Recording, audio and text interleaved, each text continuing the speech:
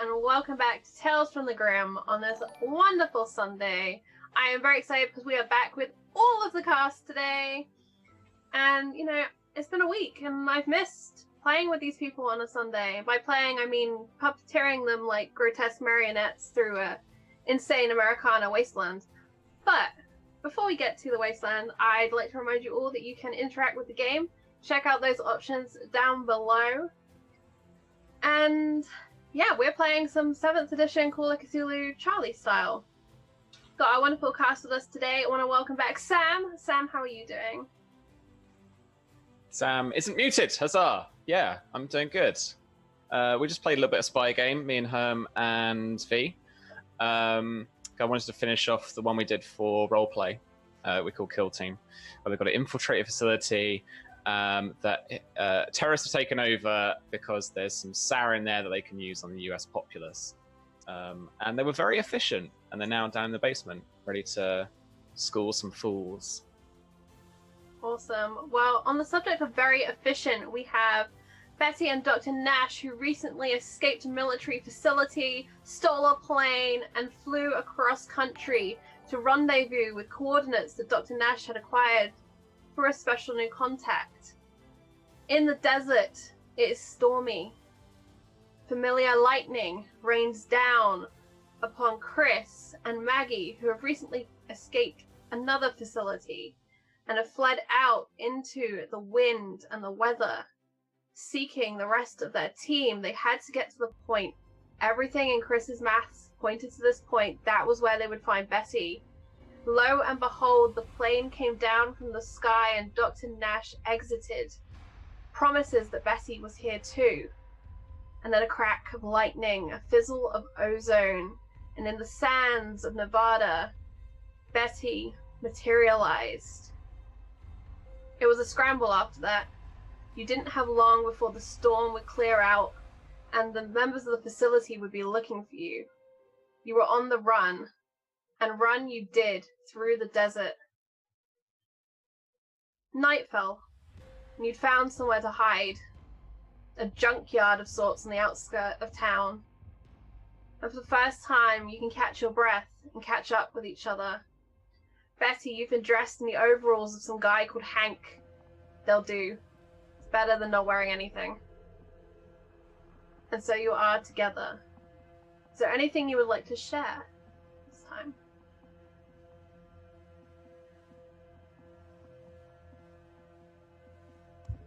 Maggie, as she's sitting there, playing, not quite playing, but kind of fidgeting with that scar that she's got on her arm, kind of running her hand over it, trying not to look at it, looks around and just says, does anyone know where we were? Does anyone know what actually happened?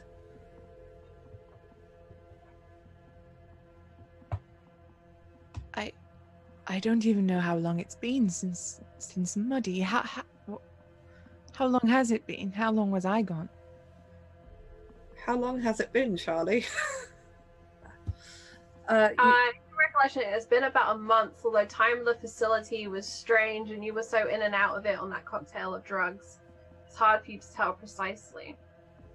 Well, you were gone a month, Betty. And I don't know how long we've been locked up. Well, at least me and Chris have been locked up. A month?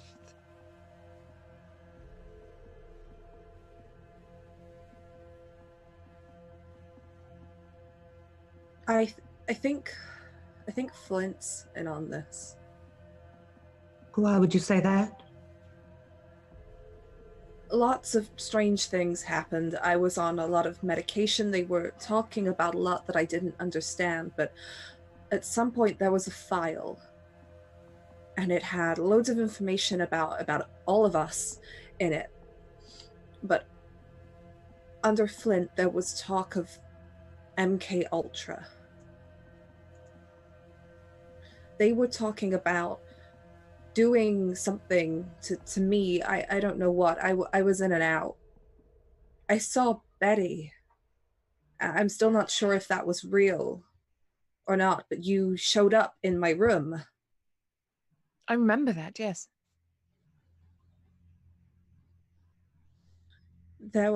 From the paperwork, from what it looked like, they suspected that I was some kind of agent for another government. There was some technological way they could... I don't know. I don't know what I know anymore. I was having memories or dreams of a husband that I don't have. But Flint's involved, I know that much. I can't say I'm surprised. And Betty, it's a good thing you arrived to me when you did. They were about to call Mr. Flint at the facility where I was. He seems to be connected to this in many ways. Well then, what do we do then? Do we carry on? Do we try to investigate this further? Do we hide, run away? What do we do? Where's the captain? I have no idea. I don't even remember going into that facility that I was in.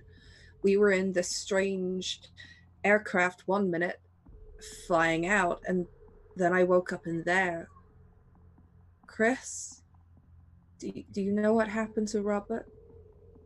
They took him someplace different than us. He wasn't there. He was someplace else. And Who took him? Do you know? The military, FBI, CIA? I don't know. They took the captain. They took my cards. They took everybody.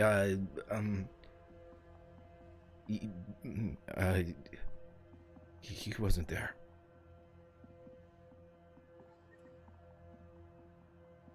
We, Chris and Robert, we found a craft in a government hangar when we were investigating that strange baseball thing.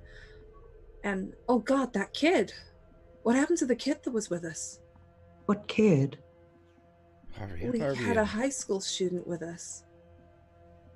On a mission? He kind of tagged along. We didn't really intend for him to be there necessarily, but he kind of knew the ins and outs of bits and pieces. All right. Well, it appears we need to find Harvey, is it? As well as Captain Dabrowski.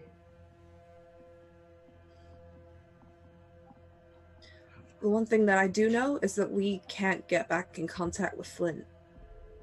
Or for that matter, probably not anybody back at the FBI. If they're involved in this, they're not going to help us. If they're involved in this, I'm not sure I want to be seeking out any more of these cases. I'd hate to find that I'm a puppet for some evil cause. Well, there's no good cause within the FBI or the CIA. Everything leads back to something terrible one way or another. That's just how it is. All I know is that something really weird is going on. I know I've never spoken about why I left the CIA, but I think it has something to do with whatever Flint's involved in. Whatever they suspect me of. Either way, they handpicked this team for a reason.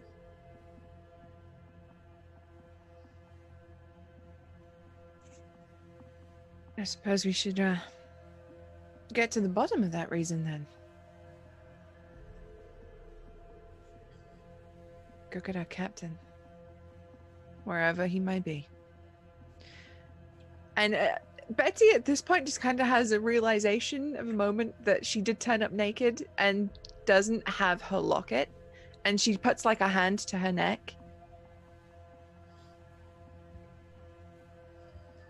I don't suppose that back in Muddy anything was left in the field where I disappeared. Not in the field that I know of, no, but Dr. Nash reaches into the pocket of her pants and opens her hand to Betty. Is this what you're looking for?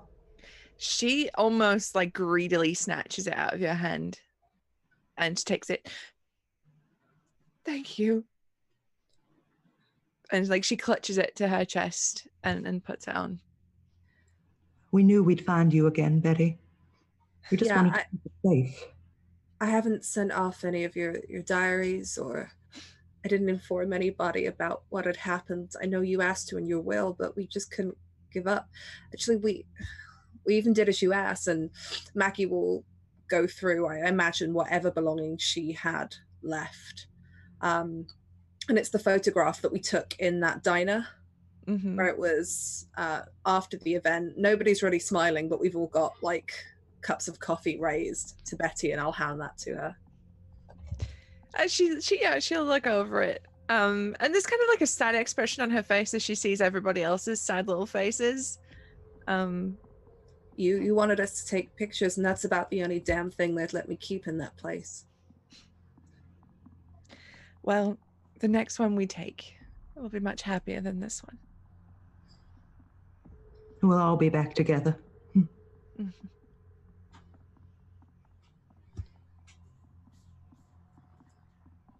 All right. Where do we Tell start? me, Kim, as that question is bounced around, how do you get from here to anywhere?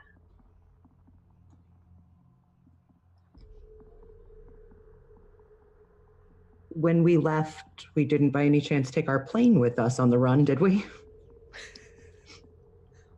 Would you have liked to have taken your plane on the run with you? Are they going to be able to track that, though? Yeah. It's a military plane. I mean, it would be useful. So like the pros, very useful for getting us places. Cons, stolen military vehicle. Bit suspicious. Also, kind of in the desert, need to not be in the desert. Desert, people die in the desert. So a plane will get us out of the desert quickly.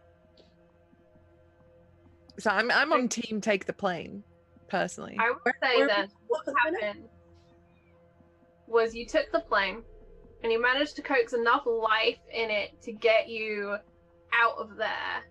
But you had to land it very rapidly near to this junkyard, which was a semi-complete place to hide a fucking plane, because there's a lot of machinery here, a lot of those heavy objects and tarps and things. But the plane currently has no fuel, which was the big problem and why Betty had to power it last time.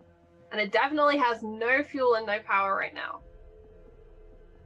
So what you're saying, Charlie, is we're essentially in a Left 4 Dead episode where we have to get some fuel. Welcome we to have to... the Dead Charlie edition.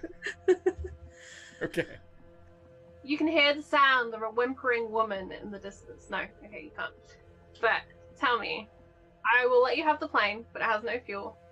You're in this junkyard on the edge of a town, somewhere in Nevada. Where are you going to go, and how are you going to get there? Is this a staffed junkyard? Are there people here working or looking after it? Time right now, so you haven't really seen anyone. You know there's a dog, but he's chained up near the kind of little building that's there. I mean, presumably there's a telephone in here, right? Mm-hmm. Who would you call? Well,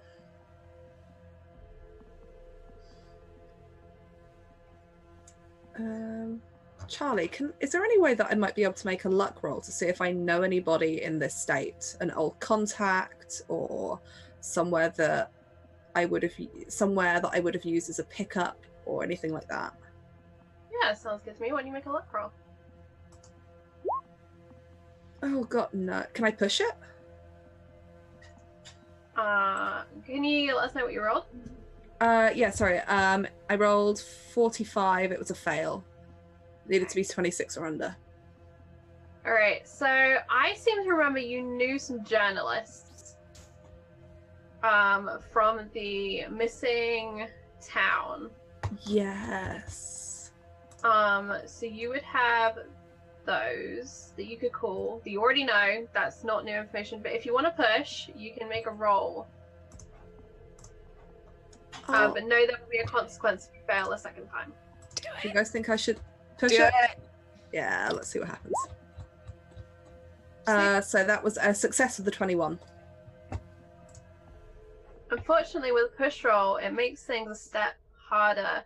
So we would have been looking for a hard or an extreme success. Unfortunately, you can't think of anyone, and you can hear that dog straining at its chain and the clink as it comes loose and is bounding through the junkyard towards your hiding spot. Oh no. Randa, shoot the dog. No, I'm kidding. That was out of character.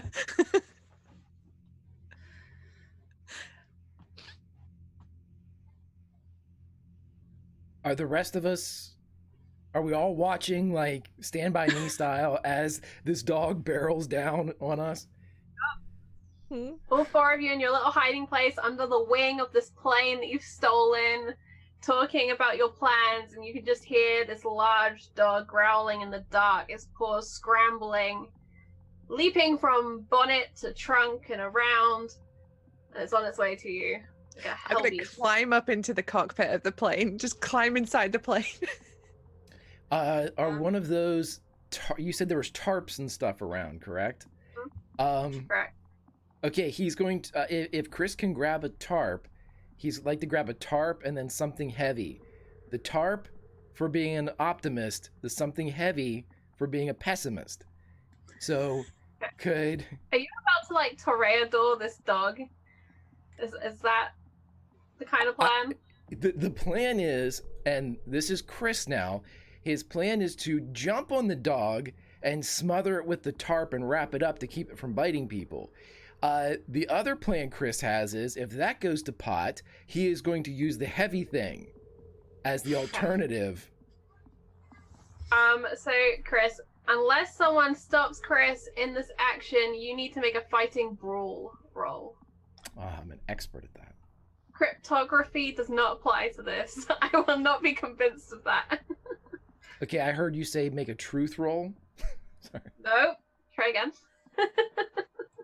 I think I have an advantage, and at this point, I would like to use that advantage so I don't get mauled by I think we all have 2, by the way. Just we're on a different overlay, so here we go. Oh yeah! Yes. Little feeling the Right, ghost describe- vibes. Describe for me how you get control of this dog with Okay. your top. So Chris kind of waits like a matador, and at the last second, he actually drops the pipe that he had and goes two-handed with the tarp. He leaps and burritos the dog with his larger form, drawing the weight of the dog to the dust. And he wraps the dog as quickly as he can with the, like the fly lines of the tarp until the dog is just a head out. And the entire time he's sitting there, he's like, "It's okay, Pooch. It's okay, Pooch. It's all right, Pooch. It's okay. You're okay. You're okay," as he's just wrapping him up. And then when he's done, he just leaves the Pooch burrito in the dust, and he stands up like he just won like a calf roping contest. There's very polite British clapping coming from inside the plane. The dog can't move its paws, but it just kind of sags its head down to the ground like, oh. Maggie gets out of the kind of junked out car that she's dived into and just kind of walks up behind Chris and just kind of pats him on the back walking past. He is just absolutely covered in flop sweat. Like, that looked way easier than it really was. Like, he's just been electrified with, showing up to school naked, coupled with failing the spelling bee, coupled with, a bully picking a fight with him. He's cold to the touch and moist.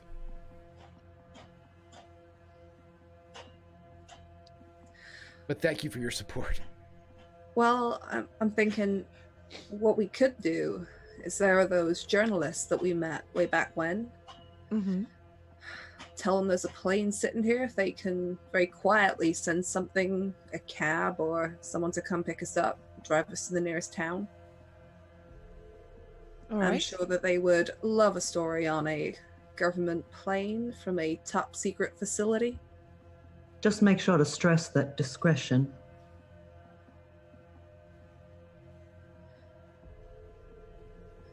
All right, make the call. And Maggie will proceed to attempt to break into this junkyard office to make the call. Okay, it's actually not too difficult for you to break in, especially now that the dog is burritoed out of the way, and there is a telephone there that you can use, and you dial in the number. It takes 2 attempts, but on the second call, there is an answer, and it is Barbara who answers the phone. You explain the story of the stolen plane to her, and she is at first reluctant, but grows more interested. I'd like you to make a persuasion roll for me. In theory, I should be good at this. I'll spend the 3 luck points to succeed on that. Success?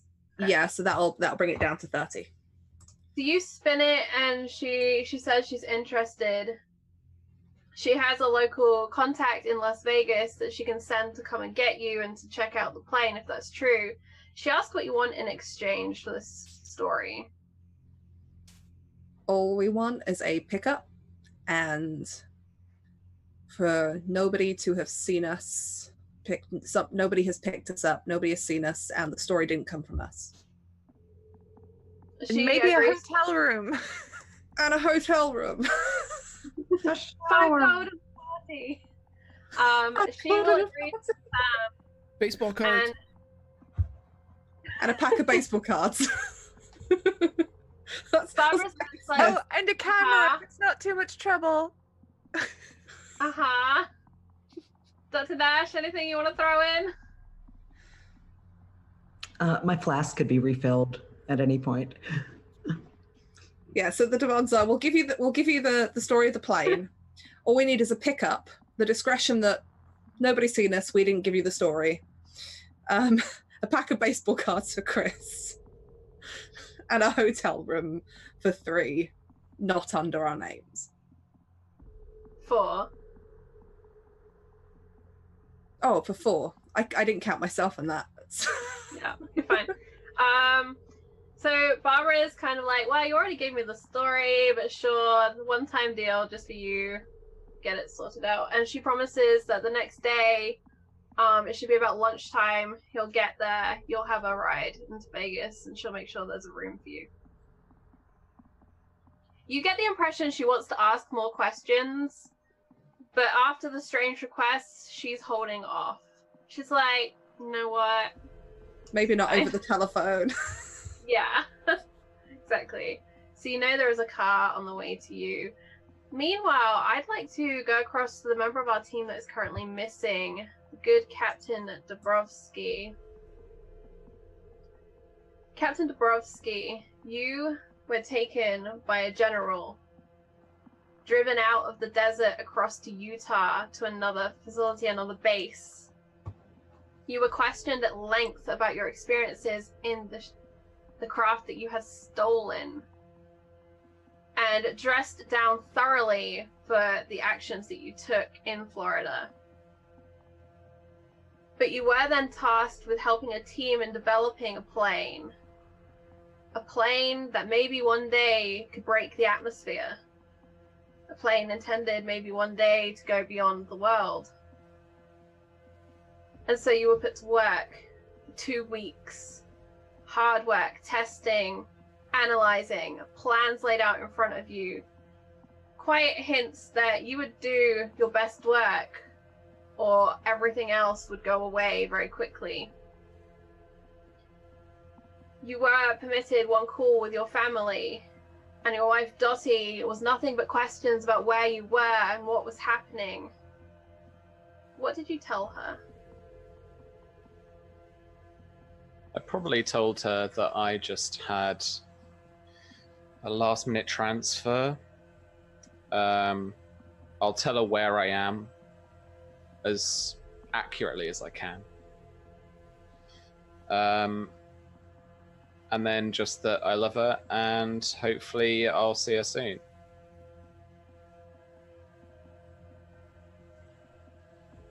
You then don't hear from her again, and you almost don't have time to be thinking about making phone calls. Every day new plans are in front of you. Every day there's meetings, more and more important people arriving, scientists. And one day Adam Flint attends a meeting, your handler from the FBI, and he puts in front of you another file, another folder. He says that your team have let you down, but he still needs the Skychaser project finished. Las Vegas isn't far from here. There's a contact, Mr. Dyer. Seek him out and investigate. Don't you want to break from all these plans? Some fresh air that's not recycled? And he presents it in his normal, straight-laced way, but it's an offer of freedom that you definitely do not have at this facility right now. But it's your choice, Robert. Do you accept Agent Flint's case, or do you insist on staying on the project? I would like to ask him why he thinks my team let me down. Turned out they were all hiding little things. And they never sought to find out where you'd gone. Dr. Nash attempted to abduct a child from a medical facility. We still haven't managed to locate Betty, whose last name I have forgotten, because it's not on my overlay screen. Mr. Brubaker's mind has collapsed in on itself, and Miss Davis is in no better condition. They were supposed to be the best. That was why I chose them. But it seems, Captain, you are the only one who has been able to withstand the edge, the research that must be done. The only one who has diligently found the truth without it breaking them. So, who's joining me in Las Vegas? For now it will be you, but we are working on putting together a local team.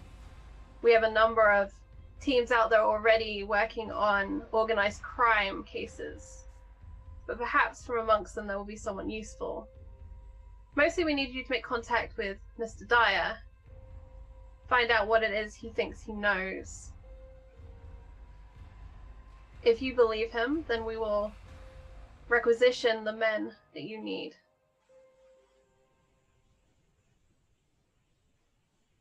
All right.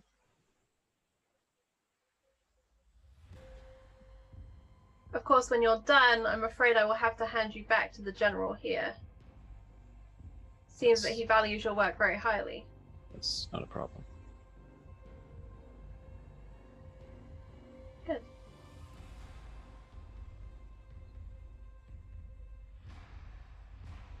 Thank you, Captain. And he goes off, and you can see him have a meeting with one of the, it's not a general, but it's a fairly high-ranking civilian officer type, one of the scientists on the team, and he's having a long conversation with that man. Okay. And you are left. And the next day you are transported via plane the short distance to Las Vegas, landing on a new airstrip that has been built there beside one of the new casino constructions. It's not yet finished, but it's speculated to be the largest casino in all of America, with all of the glitz and glamour that will provide. Basically home. Basically home. Okay. And with that, I'd like to, if we can, Greg, cut back to the team who are on their way to Vegas in a pickup truck. A literal pickup truck, because Barbara has a sense of humor. It's a little bit cruel, but she does provide. Virginia, Maggie is in the cab with the investigator who's come to pick you up. He's asking you a lot of questions. Meanwhile, Betty, Dr. Nash, and Chris, you are all in the flatbed in the back. It's going at quite a speed, so you've got a nice breeze, but it is a warm and stifling day otherwise.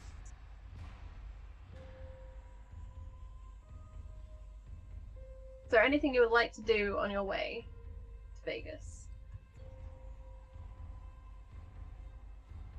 Dr. Nash would take this opportunity to do some catching up. And she turns to Chris and says, "You know, Mr. Brubaker, while I was seeking out my friend Timothy Miller in Massachusetts, he introduced me to a good friend of his in the facility. I don't know how to say this, but, well, I believe she might be your mother."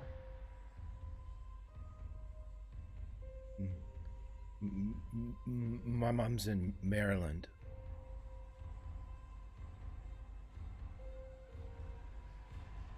Is it possible perhaps she had been transferred? I know I pay for her to stay in Maryland. Oh. Perhaps I'm mistaken then. She did go by the last name of Brubaker.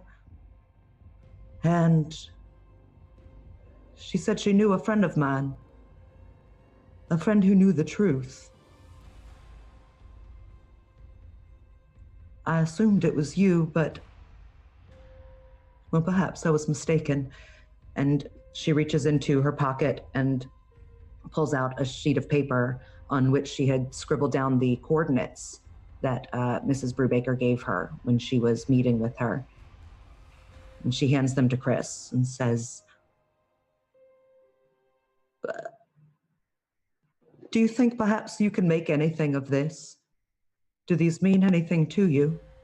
The coordinates, what did she look like? Mrs. Brubaker? Yes.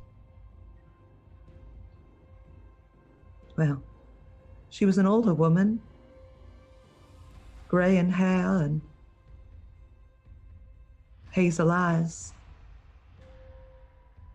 She looked very much at peace in this facility.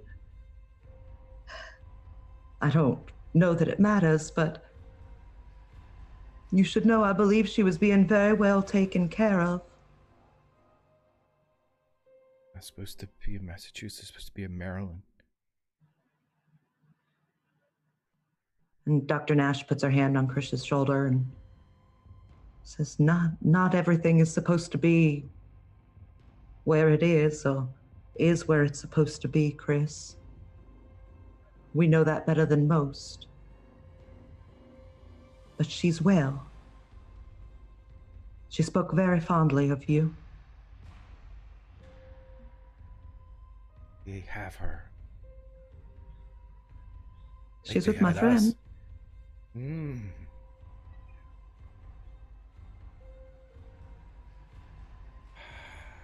Hey. I need my car.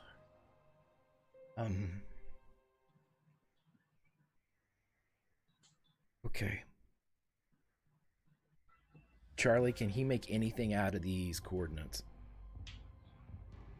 You would look at these and you would know these are roughly the coordinates where Betty reappeared.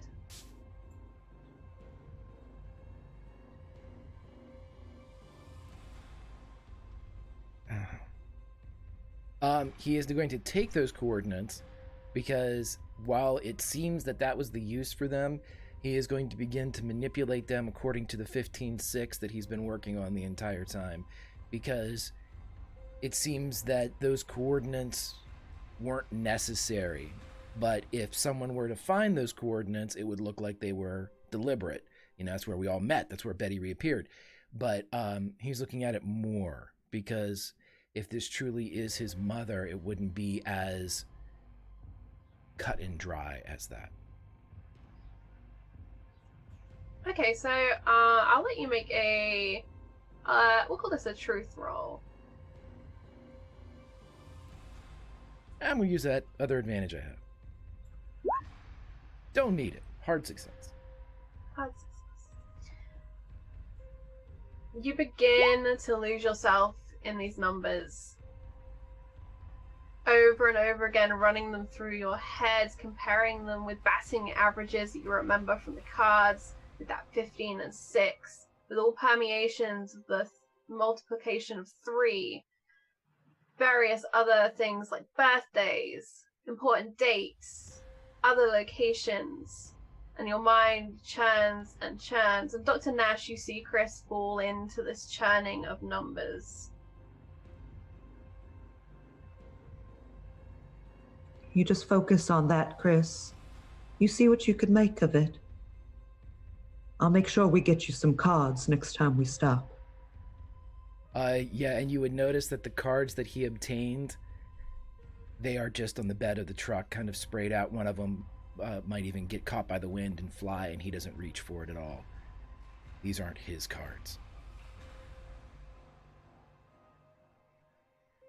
And in the numbers, you see a new pattern emerging. You know you need something else to solve the equation. You have X, you have an outcome, but you don't know the middle, and you can't figure it out from the pieces you have. But you know, as soon as you have that number, you will know everything. And there is a certainty within you that the coordinates were written for you. And that's the truth that you uncover, and it's motivating. It's not an answer, but it's a motivation. The truth is out there. Bessie. Yeah, he would just fall into it then. You see this exchange between Dr. Nash and Chris. What are you thinking about as you ride along the road in the back of this pickup truck? Betty is very distant in this moment because, you know, Chris and Dr. Nash are busy talking away, and she's left to think about being back in her on Earth again, having a body again. She's in these ratty overalls that feels horrible, but she has her locket open and she's just staring at the photograph inside. But she's fighting very hard not to cry as she's remembering seeing what she thought was his death when she was there in that other place with those other things. And so she's just staring and just trying to just process everything. And as you stare, I'd like you to make a power roll for me, please. Okay. Hang on.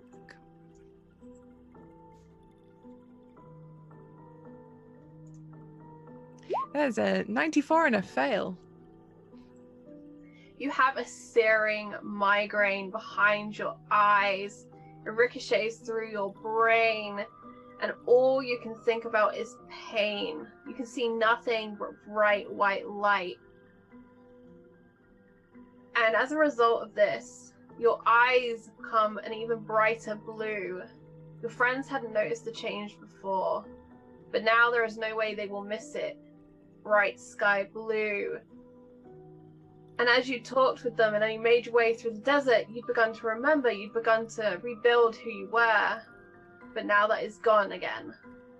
All you remember is the smiling man in the locket, and that you have to get home. Because we all very briefly forgot the amnesia that you had, but now Charlie remembers about it and will remind you about it. Whoops. So yeah, now Betty will immediately she'll look up, but she's got that squint of somebody with a real bad headache.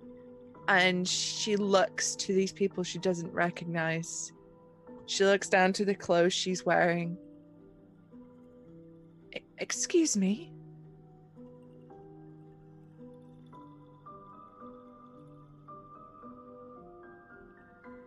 Yeah? Where am I? We're on my way to Nevada? Vegas, Betty. Who are you? I'm sorry.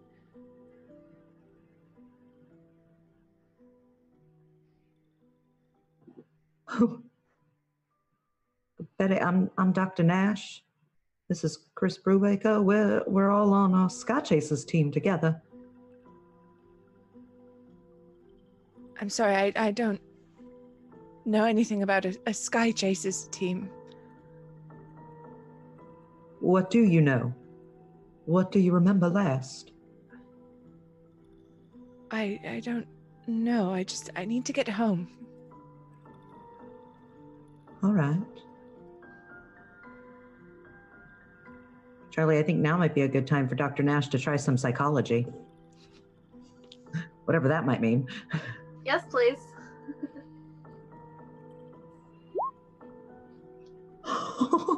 Oh.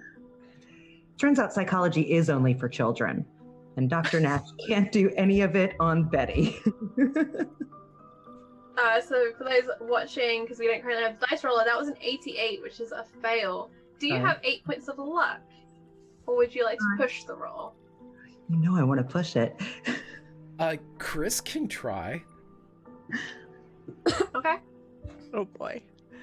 I imagine it's at this point, while there's like looks of confusion, that Maggie looks in the rearview mirror and is like, what is going on? And will slide open that rear window to see what's happening. Now can I push it? Push it real good. For chat, Greg just rolled 100. Chris. Can I go again?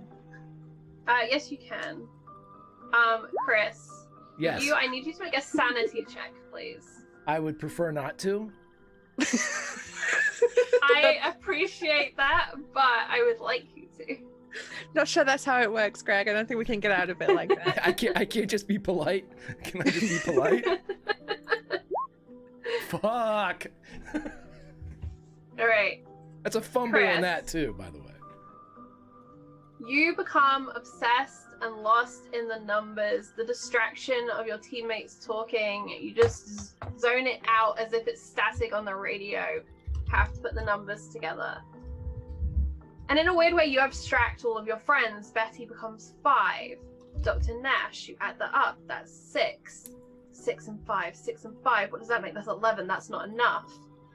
And slowly they become less and less important to you, but they are still part of your equation. And so, in a confused state, Betty, you were almost held hostage on this car ride to Las Vegas. Dr. Nash manages to give you a comfort, at least. She seems friendly, she seems kind, she says nice things. You don't feel threatened by what's going on, just confused. And Maggie helps. Maggie is persuasive. There's nothing familiar about them, but it could be worse, right? It could be scary.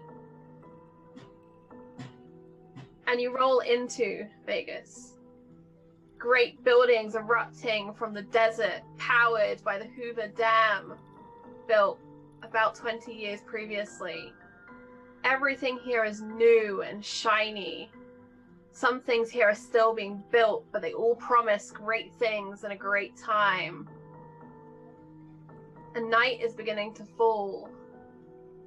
And Captain Dabrowski, you are grabbing your suitcase from the plane, making your way down onto the strip. And this is where I would like to meet Mr. Dyer. As you all make your way through Vegas, to hotel rooms, to friends. Can I go home? It's 30 minutes away. If that's what you would like to do, you could go home. Yeah. No one is stopping you. Like, they don't even need to give me a hotel room. I live in Boulder City, it's half an hour away. So I'm going to go home and see Dottie and Robert Jr. Okay. Before we do that, I would like to go to Mr. Dyer. if Yeah, possible, sure, of course. correct. Yeah. But No, I just meant, that's like, absolutely saying fine. Yes. We will go and see Dottie and Robbie Jr. Mr. Dyer, you are in a a motel room off the track, off the strip. It's a simple room. You can hear the neighbors on either side busy doing what neighbors in motel rooms tend to do. The air outside is still baking from the day. What is it you are doing this evening? Well, old B is sitting in his room. He's got his old Gideon Bible out, and he's doing his nightly reads as he's been thinking about some of the strange things that have been happening here in Las Vegas. For it to be strange in Las Vegas, it's gotta be really strange. Where we've had reports are that about a dozen or so. Some say it's only 3 or 4. Some are saying it's a huge number. The people on the streets sometimes will exaggerate one way or the other. But in my time as a street minister here, I've learned who to listen to and who not to. And it seems like about a dozen or so people have disappeared from one of the, it's not really one of the bigger joints here in town, but it's a real popular jazz joint and casino. And the stories I've been getting from the people I've been trying to minister to say that they go there to meet some friends or something like that, and they never come back out. No one's seen them since, and it's got me a little concerned because some of the people that I've been working with are, at least 1 or 2 of them appear to be some of the people that are missing. Okay. You did receive a phone call, and as you are moving your way through the motel to get out, you are handed the slip by the receptionist at the desk. This isn't a motel that has individual phones in the rooms. All of the calls go to reception, and reception will pass them on. And on the note, you were told that a Captain Dabrowski will be in contact with you today, that he is being flown by the FBI to come and meet with you, that they are taking your reports very seriously. I take a look at the name. Is this a name that I've seen before? I don't think it is. Actually, let me see, we'll call this an education roll. Okay.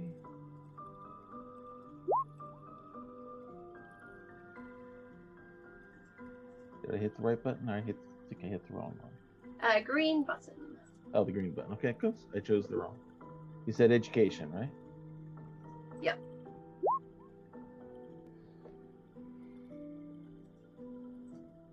Okay, and that is a extreme success. You actually do recall the name Captain Dabrowski. It was in the papers a little while ago. He was a well-respected Air Force pilot. They'd done a couple of spreads about his successes in the Pacific and his work as a test pilot, although, of course, they'd kept the details of the technicals very hush-hush and quiet, and it was mostly a fluff piece. Like they always tend to do. Okay, so is there anything saying on here when he's going to be in contact with me, or is it just going to be sometime during the day? It just says sometime today. There was no specific time given for a rendezvous.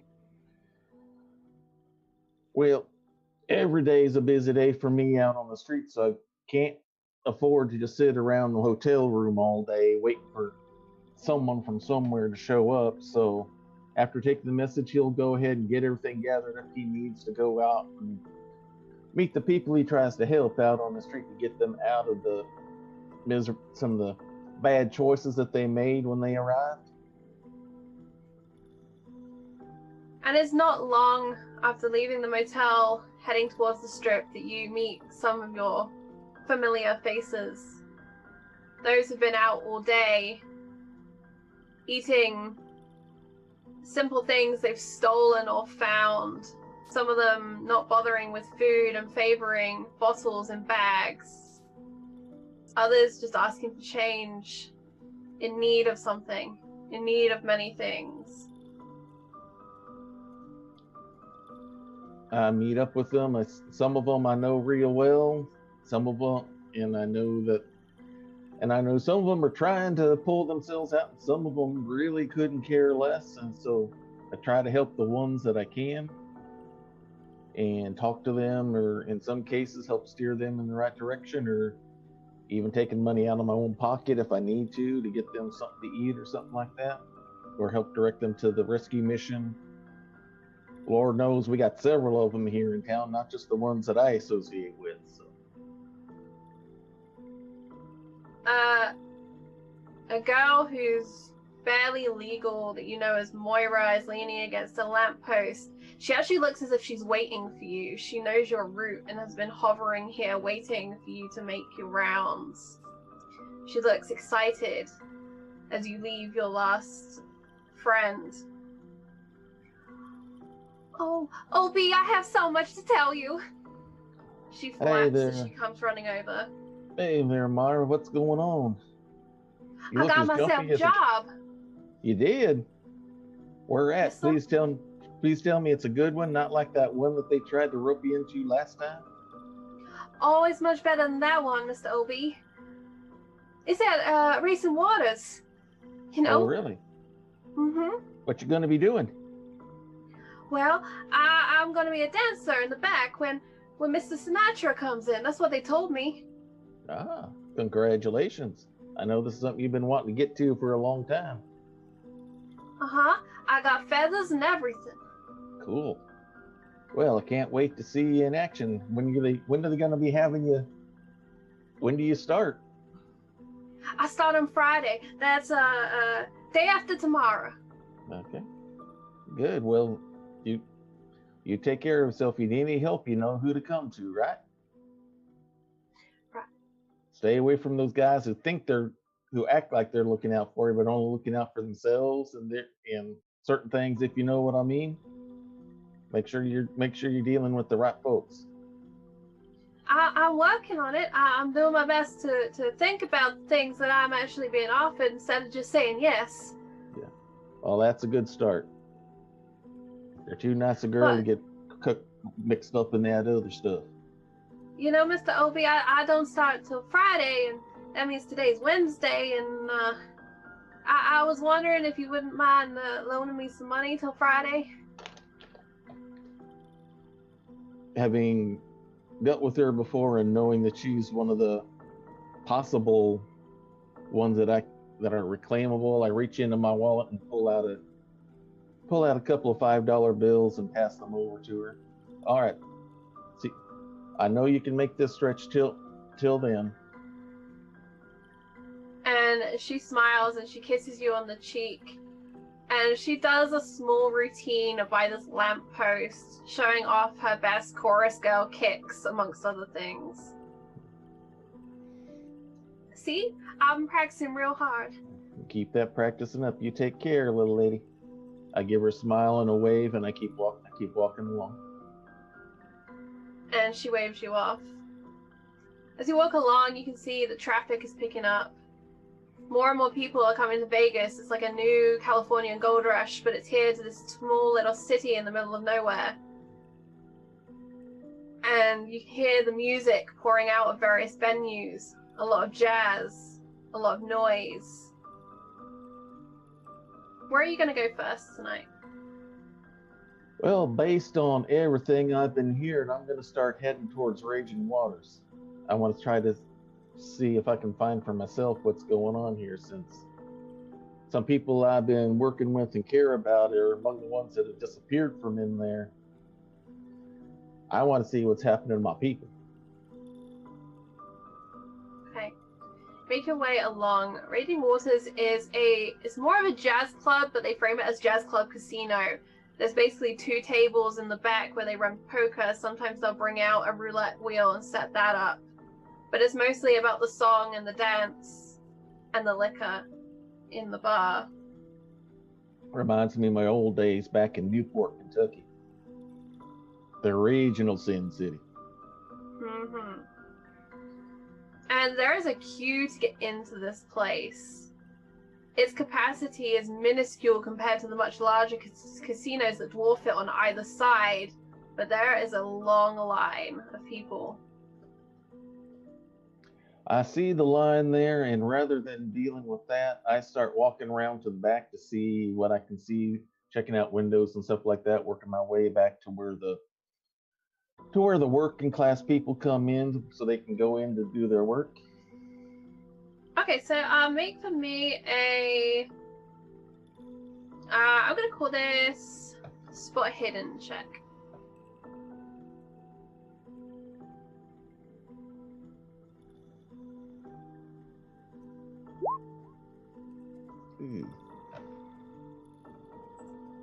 Oh, and that is a fail. You get around the back, and a couple of guys are there. They're in black and white suits, sharing some tobacco, and they look up at you, and there's a menacing appearance to their presence, although they do not outwardly shift or make an aggressive move towards you. There's a distinct feeling that they know you shouldn't be there, and they're pretty convinced they can make you leave. Don't worry, boys. I'm not trying to break in or anything. I'm just walking around looking the place over. Got a lot of people curious about this place, and I'm one of them. Don't worry. Doors in the front. I know. I was just checking to see how big this place was. And I just keep on walking around. I don't make any attempt to try to sneak in or anything. That's not OB style. Okay. And you make your way around, and it's very hard for you to see anything. There are very few windows on the back of this establishment, and the door is shielded by these two gentlemen. Fairly standard security that they put in places like this. So, having worked in a few speakeasies in Newport when I was younger and all that, I know how the drill works and everything. So I worked my way around back to the front. 2 seconds. I need a water break. Why don't you describe for us a few of your friends on the strip?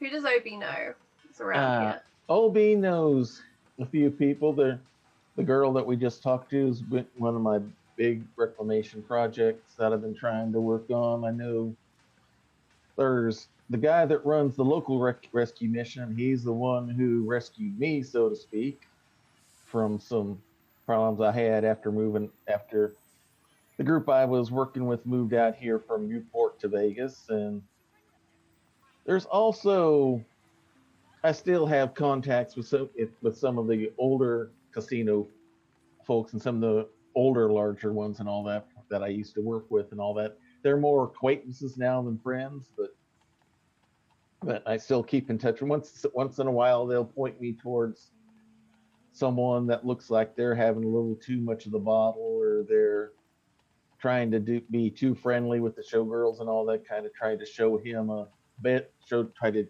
teach them better ways to behave. But a lot of my work, a lot of the people I tend to be in contact are the ones that have been through the grinder. And probably the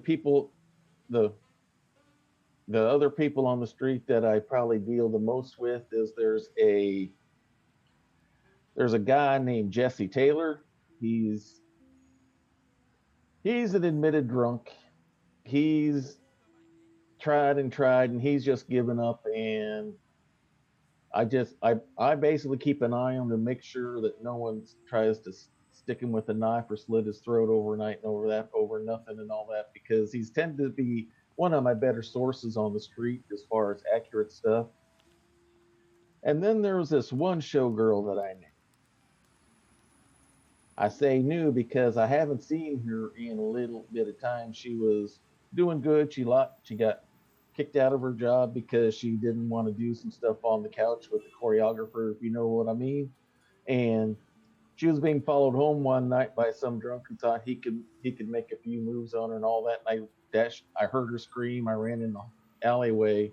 I was able to pull him off of her and all that. And then and he ran off as soon as he saw that there was someone else there and all that. When I turned around, there was this bright flash of light. And one of the things that always attracted everyone to her, she had the bluest eyes you'd ever seen.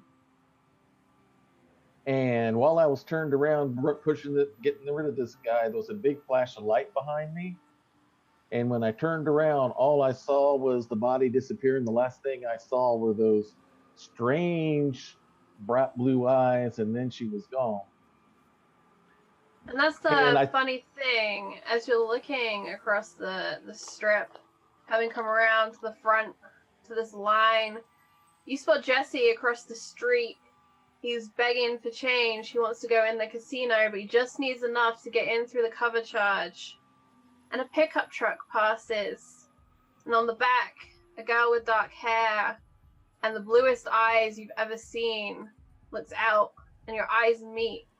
The truck stops on the corner by the traffic lights, which have turned red.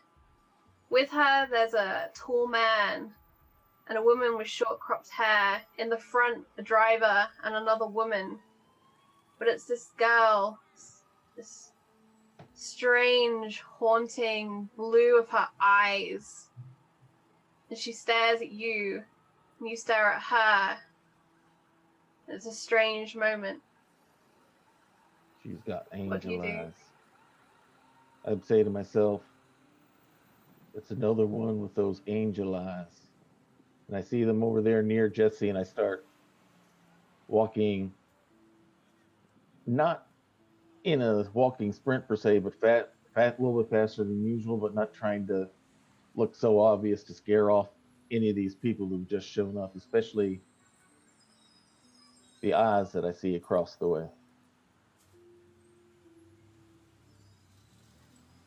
And you see a man approaching your vehicle.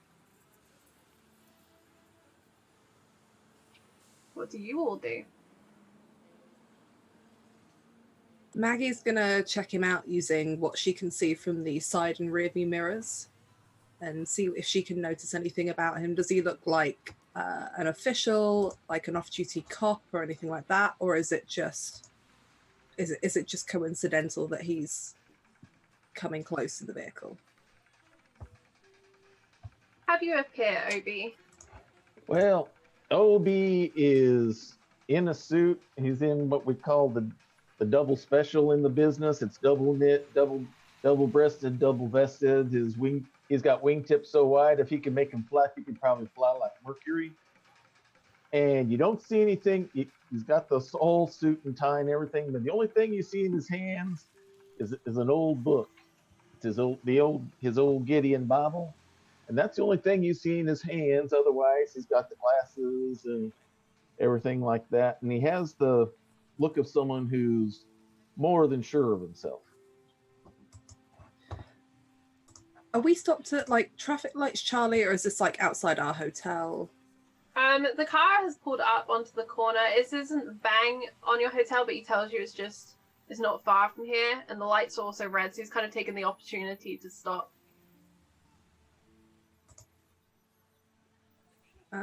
Maggie will get out of the car to be the first one out, some of her CIA, FBI training kicking in, just to see if he does actually approach anybody, and if so, he approaches her and not like Chris, who's probably still talking about numbers in the back of this pickup, or Betty, who seems to be a bit confused. That's all that Maggie's been able to make out from the front while this guy's been asking her questions. And she'll just wait and see what happens. I think Dr. Nash is aware of the situation, but stays in the bed of the truck, but she will rest her hand on the gun that she picked up back at the base. So it's sitting on her hip. Chris counts.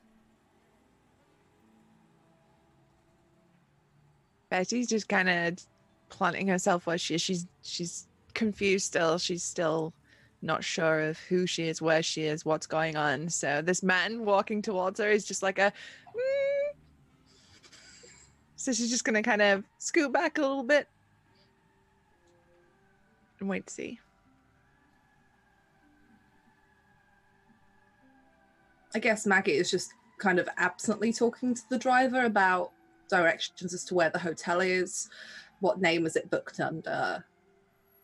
Just in that kind of, I'm making small talk to pass the time to see if this gentleman walks past us or comes up to us and asks us for something, but it's so that she doesn't have to be the one to instigate the situation. Okay, so the driver gives you directions. It's booked under Barbara's name for you, but it's basically like literally around the corner. You go down the side alley and you make a left and it's right there.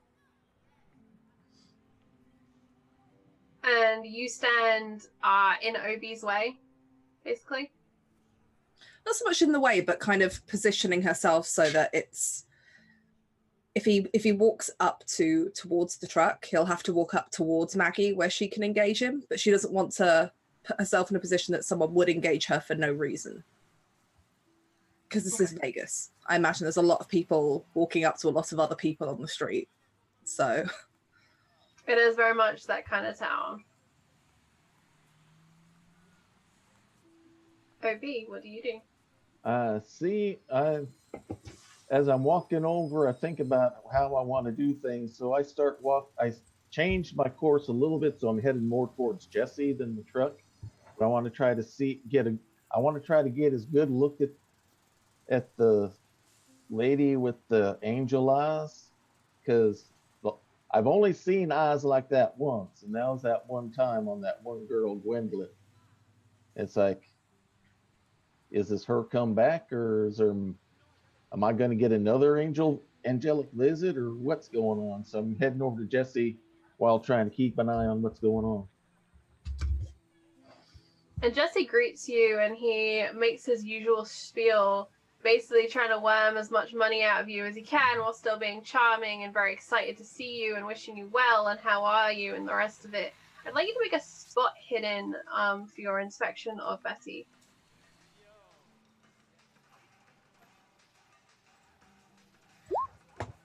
Ooh, not good. You just can't be sure. Mm-hmm. Just can't be sure if this is Gwendolyn again or if this is someone else. But it's just unmissable how blue those eyes are. This isn't normal. This isn't just blue eyes. This is blue eyes. She's too far away and my eyes are getting too old, so I can't get a good focus in on it. So while I'm talking with Jesse, I do what I usually do with him, and there's a $5 bill in my hand, and I give him what we call the Pentecostal handshake and transfer it over to him that way, so no one else sees me giving him the money and all that. And I tell him, while you're inside there, can you do something for me? Sure. What am I doing? I need you to keep an eye out on things. There's been some strange rumors about people disappear and stuff like this. Just let me know if you see anything weird or strange, even weirder and strange that we normally see here on the streets, if you know what I mean. If you see anything, let me know. You know where my place is. If I see anyone disappearing, you'll be the first one to know. Apart from them, I think you notice do you notice, am I disappearing? Last I could tell, you're still all there. At least all the stuff that you haven't drunk away yet. That's right. And he pats his pocket, and you just hear the clinking of change. Mm-hmm. And he gives you a lazy salute, and he heads to him. I'll let you. Okay, you do that, Jesse. So. Does Maggie see this gentleman that looks like he was approaching the car, checking out either Betty or the car, whichever one she can gather? Does she notice that he is taken some sort of interest? Why don't you make either a spot hidden or a psychology? I'll go for spot hidden. No. That's a 72, which is a fail. You saw him make his way over, and you briefly had the impression that they were going to stop by the car. They were drawn to Betty, but you see him now having this conversation with another man, kind of glancing around, but doesn't, as far as you know, you can't tell if he's interested in you or just someone else in the strip. Maggie lets out a breath that she didn't really know she was holding. She'll look back at the others in the bed of this pickup and be like, we should probably get to the hotel and figure out what to do next. Betty, are you feeling okay? I have a very bad headache. Let's get you up in the hotel. We'll get you some water and a lie down or something, okay? And she just kind of nods. Maggie looks worried at Dr. Nash, kind of gives her a confused look in that kind of what's going on? Like something's not right, is it? Kind of look. And Dr. Nash says, for both the benefit of Betty and Maggie, we'll get to the bottom of this.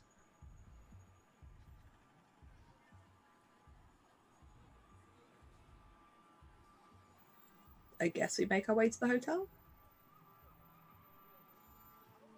And this is a dive motel just off the strip. And you go in, and it's got like a little reception desk area, and then just a set of stairs that go up. Obi, you watch as 4 people leave this truck and go around the corner in the direction of your motel. I see where they're heading. Kind of suspect what's going on. Haven't been around here long enough. Keep an eye on Jesse to make sure he gets in across the street and in the line safely before I take my time walking back. I'm going to kind of take the long way around to check on some other folks that might be around, and I always keep an eye out just in case you got that couple that's lost all of their winnings there at the table, and now they got no money to get home. That old story that I've heard about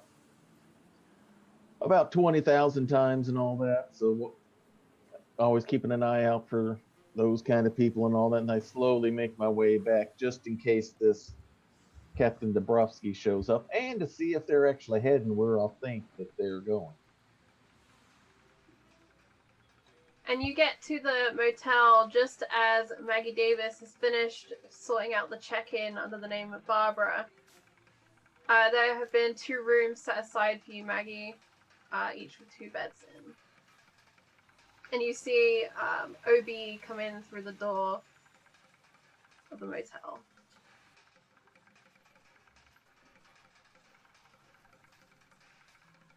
I call across, "Hey, Mabel, it's just me coming back in." The lady behind the counter. Back a bit early, aren't you? I might be getting a visitor here, so I can't stray too far, but I'll be doing the old in and out thing probably most of the day rather than doing my long rounds. Mm-hmm. I'll make sure you got some clean sheets tomorrow. All right, sounds good. Then I try to, as nonchalantly as possible, head towards where my room is, keeping an eye over my shoulder, trying to keep an eye out to see where they may be headed. Okay. Maggie will ask the woman at the front desk and just say, I'm sorry, ma'am, is there a telephone in the rooms here, or is it just a public phone? It's just the phone behind reception here. Is there someone you needed to call? I do. I need to make a phone call. It's a private family matter. Well, you better speak quietly then. And she picks up the phone and the receiver and puts it down in front of you. Oh, damn. She'll turn to the other and say, handing the keys, because I imagine we've just checked in, saying, do you want to head to the room if somebody just wants to let me know? I've got some family to call.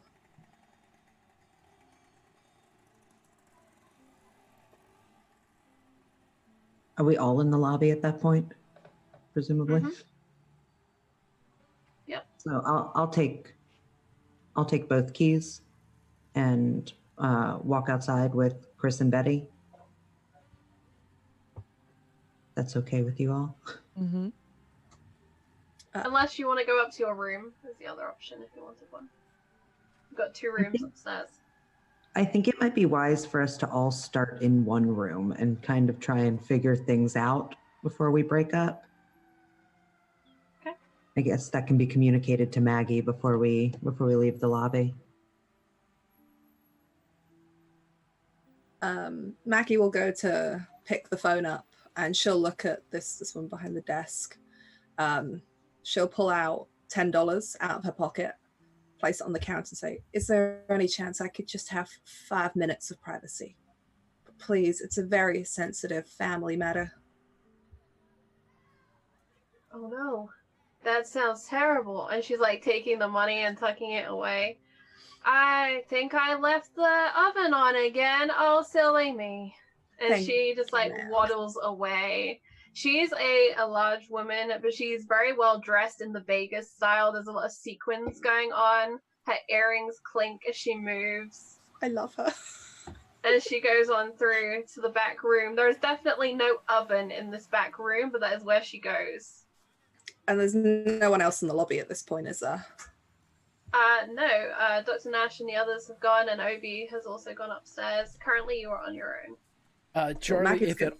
I'm sorry, if at all possible, Chris would get to the top of the steps, and if he can, sit at the steps and watch as the doctor and Betty go to the room and still be able to like peek through the railing to see where Maggie is. He doesn't want to have anybody out of his eye shot if he can help it. Okay. That's it. Maggie punches in the number for Steve. His assuming that he'd probably be home, working out the time difference, that he might be at home around this time, and punches in his number. Okay, I would like you to make a luck roll for me. This is not going to go well. No, Okay, and that's an 86 fail. it is. So the phone What? rings. Do I have an advantage? I can't see the overlay. Yes, you have 2 advantages, I believe, because I don't think you've used one today. Oh, cool. Can I use one of those, Charlie? Yep. Go ahead. Yay! Ooh, success. Success. Very nice. So the phone rings, and it's answered, and you can tell he kind of has something in his mouth. Maybe he's eating something. He's like, "Huh? Steve, it's Maggie. Maggie? Maggie Davis. We work together. And I know it's been a few years, Steve. I'm really sorry, but I'm in trouble and I need to call in a favor." Christ almighty. Alright, give me a second, and you can hear the sound of like the phone being moved as far as he can physically move it. And he's scooting someone else out of the room. You don't catch the name because he's got his hand kind of over the mouthpiece. And he goes, "Alright, Agent Davis, go ahead." Well, I don't know really if it's Agent anymore, but there's something going on. I'm in trouble and I can't trust anybody at the FBI. I need That's files. a sticky situation. It is. I need files. I was held in a facility and I don't know why, but I need files on me and I need files on Adam Flint. What level of files are we talking about? As high as you can get.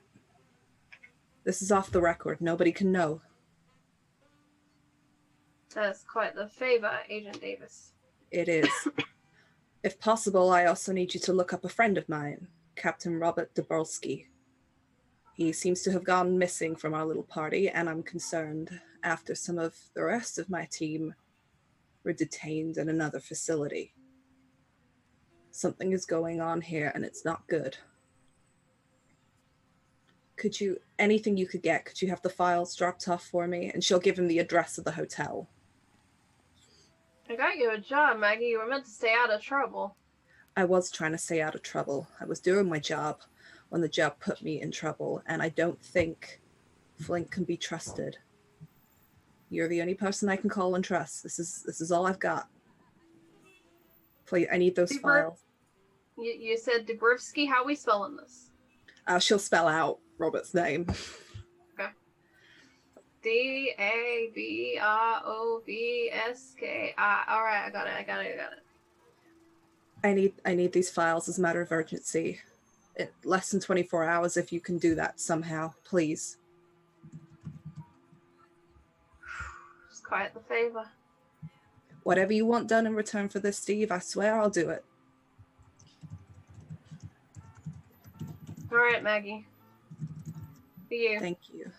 And she'll carry on a conversation for another couple of minutes that I imagine she drops these in like in between sentences. It's just, I mean, you haven't heard from Mama at all? You don't know, the hospital hasn't, she'll just drop in bits that are slightly louder than the rest of it, just in case good old Mabel is listening. But Agent Davis, I did get an interesting call from Interpol the other day. About? Apparently you lost someone that belonged to them. And who was that? And you hear the sound of him getting another notepad, and he flicks through. Elizabeth David. Betty, yeah. Between us, we've got her, but I'm not entirely sure she's all here. She's with you at the hotel? She is, and I would appreciate it if nobody else knew that she was. Alright, well, let me get to work on finding these files. I'm not sure how quick you think I can do this, but I'll try. Whatever you can, as quick as you can. You're the only person I can trust left, Steve. Please don't let me down on this one. Okay, make a persuasion roll. Oh, God. I will use my advantage. I lost one on this. Okay. I do not have enough luck to negate that either. Alright. No, it's a fail. So you finish off your call in your normal way. What is your code word between you? What is a code word that you and Steve would share? Or a phrase? God,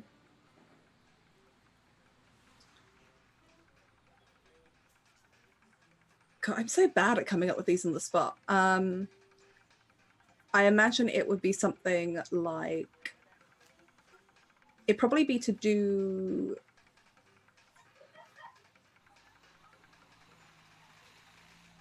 What does Maggie order when she orders in a cafe? Oh, it'd probably something. It'd be like a coffee with cream. Okay, coffee with cream. And he'll use that phrase, and that's the "Are you currently safe?" phrase.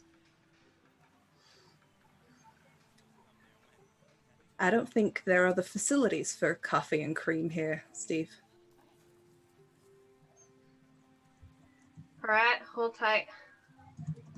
I'll call back if I can't get the files to you by tomorrow. This is coming through to a reception desk, so it'll probably be best to. I'm assuming that Maggie would have pretended to be Barbara in picking up the stuff. Okay. Just ask for Barbara. I prefer Maggie, but Barbara will do. All right. Thank you. And there'll be another bullshit line about, how she's going to try and get there as soon as possible to see Mama while she's ill, and she'll put the phone down. And as soon as that phone clinks down, you see the receptionist come out, and she's got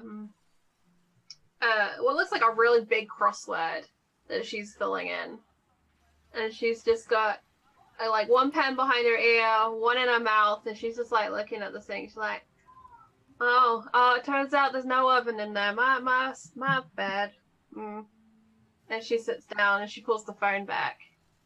Maggie will pull out another $5 and just say, "Thank you ever so much. I really look forward to my stay." And she'll just slide it across the desk at her and smile and then leave.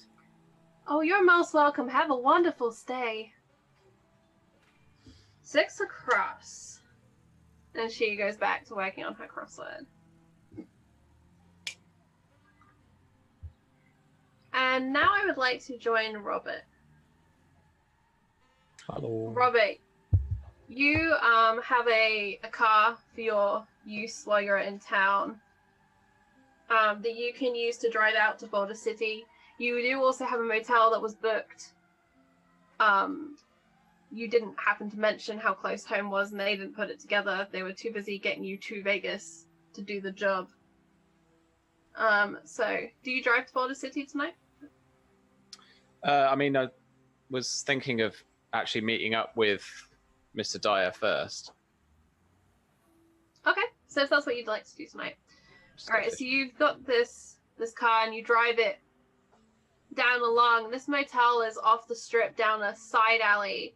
There's a small parking lot behind it, which is devoid of cars. There are a few people back here, though, busy doing deals in the dark. What have you brought with you? You were given access to any supplies you would like for this mission. What would you have chosen? Oof. I mean, this is a really simple contact mission. So, I don't know if I need much. Mm-hmm. Still got my Colt 1911, right? Of course. Yeah. I've got a military ID. I've got civilian clothes. Unless they want to put me in uniform, I'll go in uniform. They didn't stipulate that you had to wear a uniform. Okay. But you probably would have your uniform with you. You've been wearing that a lot at base. It's a very strict and formal environment there. They tend to treat you differently on flights if you're wearing like a Air Force suit, shirt and tie and trousers and You've stuff. got extra peanuts, for sure. Yeah. The air stewards are always much more pleasant. So, yeah, I will actually be in that, I think, this time around. Okay. Hat and everything. So you are dressed in your formal wear, and you pull up into this motel. The strip is busy. There's a lot of people here. A lot of people on holiday, and a lot of people who came for a holiday and never went home. You can see there are a lot of lights going up this motel. It's a very kind of tall and skinny building that's kind of wedged in the back of this area. And you go in and you're greeted by a woman in sequins with dangly earrings. You narrowly miss your team who have gone up to the rooms now, and OB, who equally had been keeping an eye on the team.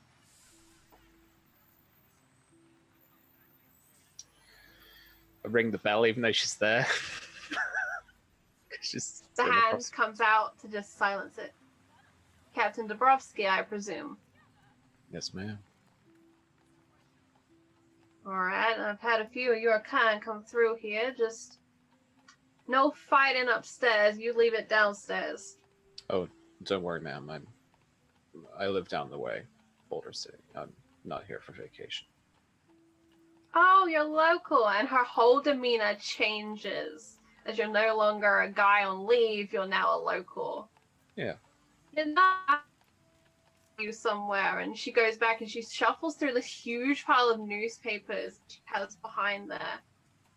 No, can't find it. I'm sure you were in one of these things, right? That was you?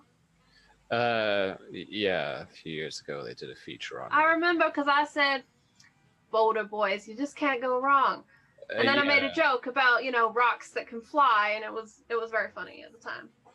I'm sure. I'm here to speak to a Mr. Dyer. Oh.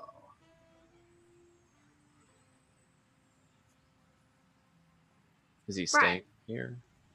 That's right. That's why I knew that was you. That's why I put that together. I got distracted by the Boulder City thing. And she will write down on her notepad the room number for OB. It's just up the stairs, first left, 3 doors down. First left, 3 doors down. Thank you very much. He's in at the moment. Good. I will walk straight up the stairs, and I will knock on his door. She leans over the desk, checks out your butt, sits back, carries on with her crossword. These are some tight trousers. Mm-hmm. Good old lady. And OB, you hear the knock on your door. You did observe the agents moving into one of the rooms, kind of the opposite end of the corridor from you. Mm-hmm. I go up to the door. Since this doesn't have the fancy little peek-through thing on the door, I just crack it open a little bit. Said, "Can I help you?" Mr. Dyer? Yeah, that's me, OB. OB, I'm Captain Robert Dabrowski. Oh, come on in. And I quickly unchain the door and open it up and let him in. I may be a Captain OB, but I'm actually here with the FBI, and you can call me Robert. It's fine. Okay. Just call me OB. Everyone else does. Caesar say than Oscar Beauregard. Anyway, Sure. That's for sure. Sure. I did not get much of a briefing. You'll have to excuse me, but do you mind telling me what this is all about? Well, nearest from what I've been able to find out and figure out, we've had a bunch of people disappearing here in town, and it's not the usual someone didn't pay a debt and didn't come back kind of thing, and got left out in the desert somewhere because we don't have any place to use the old cement shoe things like we did with the Ohio River back in the day. So they've been disappeared. From what I've been able to find out through my sources, and I haven't seen this personally myself, but there's about a dozen people who have disappeared after going into a certain nightclub here in this area. It's a jazz club. It's got a little bit of a casino to it, but it's more of a jazz nightclub kind of thing more than anything else. And there's not been any pattern to them. Some of them have been tourists, some have been local, some of them have been more on the degenerate side. There's not really been any pattern to the kind of people who've been disappearing. It's just this place, right? Yeah. And the only thing they have in common is that they went into the jazz club and no one saw them again after they went in. What's the name of the establishment? It's called Raging Waters.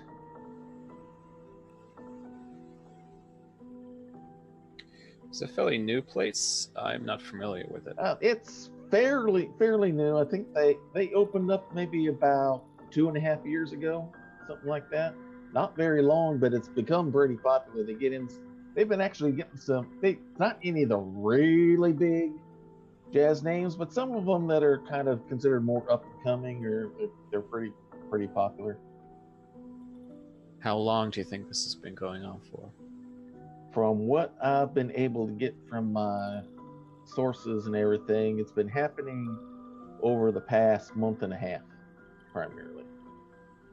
So it's fairly new, fairly recent. Charlie, how long since we did not our first investigation from session 0, but our first investigation in sessions? It's been about 5 weeks. Okay. And these are individual appearances, Obi? As far as I know, they've been individual. No one's told me that it was anything like a couple disappearing or a couple of buddies or a couple of girls out on the town kind of thing. They've all been individual. And it's been both men and women, so it's not been like they've been targeting one over the other. Sure. It couldn't be because that's the strangest thing about it. It couldn't be any more random if you tried. Sure. What I'm just trying to figure out briefly is if the police are involved. I'm just wondering why. No offense, I'm talking to you or you're talking to me. Yeah. I've checked with some of my sources with the Las Vegas PD, and they're trying to keep it hush hush because they don't want to create a scare and because let's be totally honest, I think the city is more interested in getting tourists in than trying to worry about enforcing laws too much because they don't want to scare people off. And something like this could really scare them off real quick. And with all the new stuff that's being built up like that huge place down the road a ways, that something or other palace or something like that's going up, they don't want to scare all these rich mob folks away that are building all their new casinos and stuff. So they're trying to keep everything hush hush as much as possible, which Sure. is making it even harder to. About the only thing I've been able to find out is just a few people on the street, and even they haven't been able to figure out a whole lot either. What's your line of work? My primary line of work is kind of a rescue mission kind of thing. You know the old line. Some people want to live within the sound of Chapel Bells. So I want to run a rescue mission within a yard of the gates of hell. That's kind of what my job is. Yes, sir, I do. So I'm primarily reformed gambler, reformed alcoholic, reformed running casino rooms and all that, and now trying to save people from falling into that same kind of trap more than anything else. Okay. Is there anything else? Anything strange apart from the fact that they're disappearing?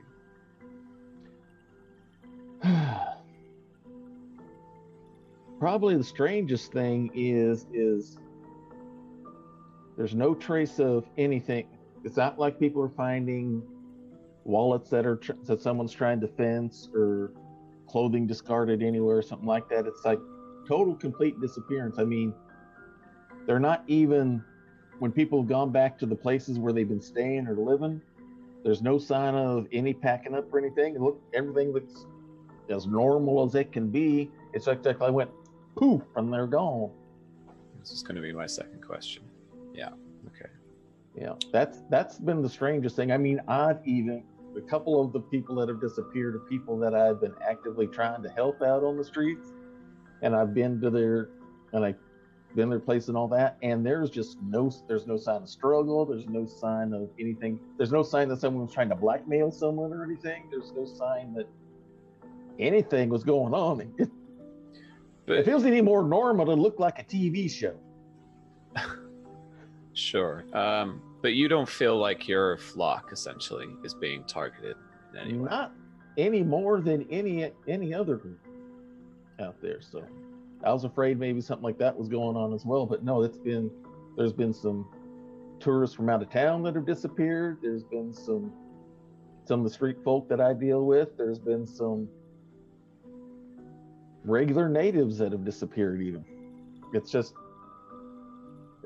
that's what makes it so strange. It doesn't make any sense. Sure. Look, I have the start of something at least. Look, I'm gonna head back to my office and continue an investigation, essentially.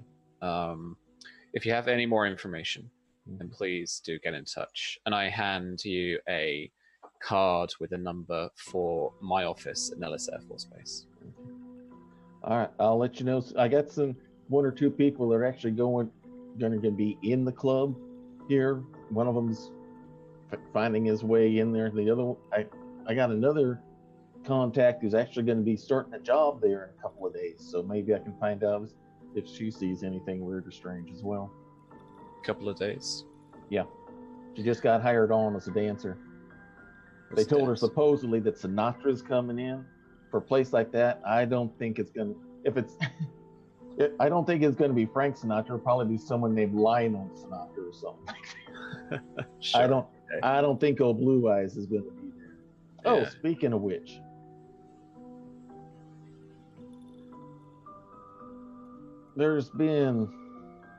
I had something real strange happen about 8 or 9 months ago that got me started on all this stuff here, help with the streets and all that. It was a real strange situation. It was one of the showgirls at one of the places and all that had fallen on some hard times, and she kind of, and it wasn't anything to do with this. So I was told someone totally else that she was being accosted by someone, and I intervened to rescue her and all that.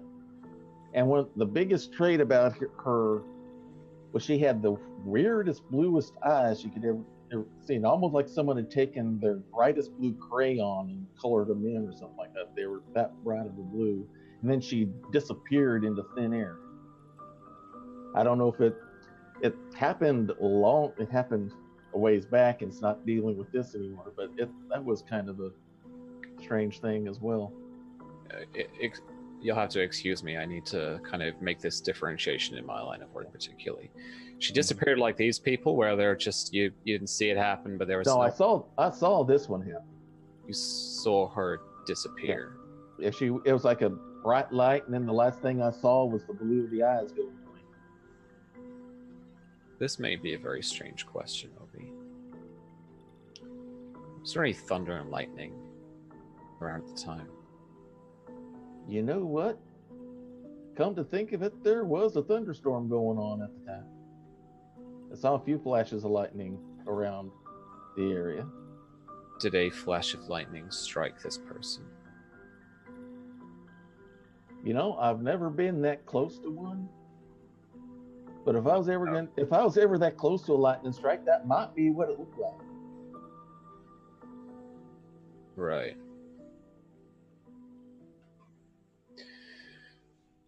Thank you, Obi.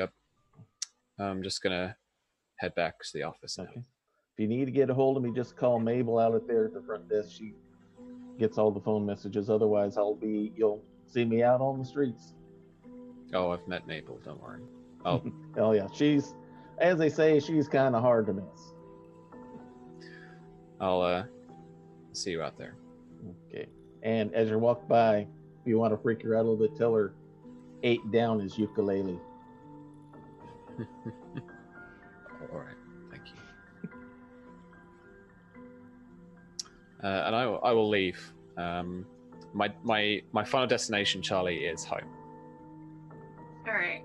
I'd like to go and see what the rest of the party are up to in this one hotel room just down the corridor from you. Together, Maggie comes in after her phone call.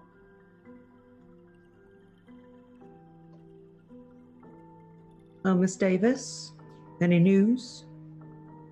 Not as such. I called an old friend when I got asked to leave the CIA.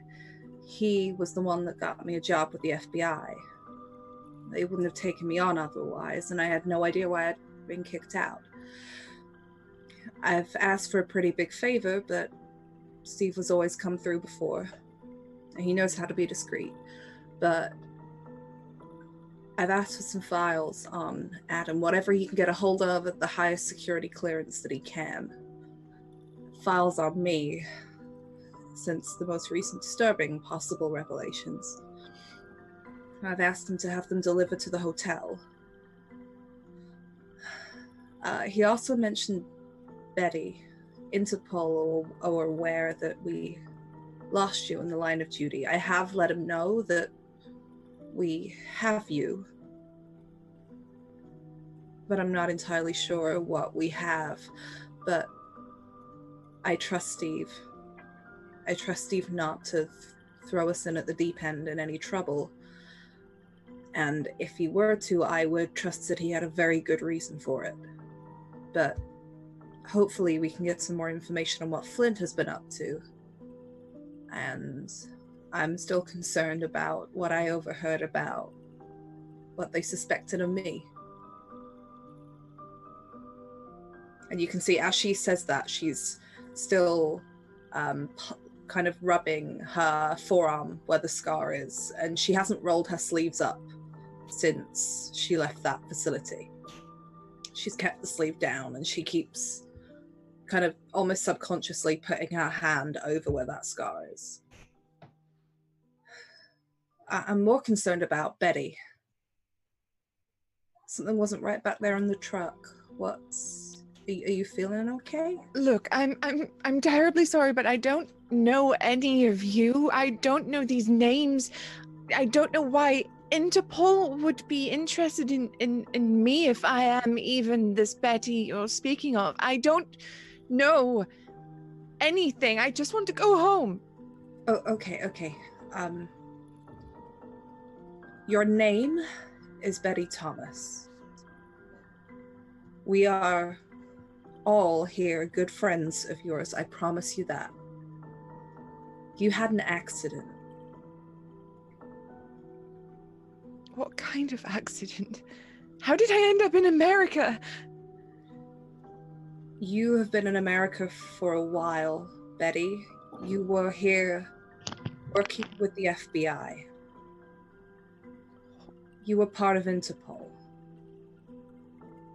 My What? name is Maggie Davis. I am an FBI agent. I am ex-CIA. This is Dr. Rhonda Nash. She is also working for the FBI, or was until recent events.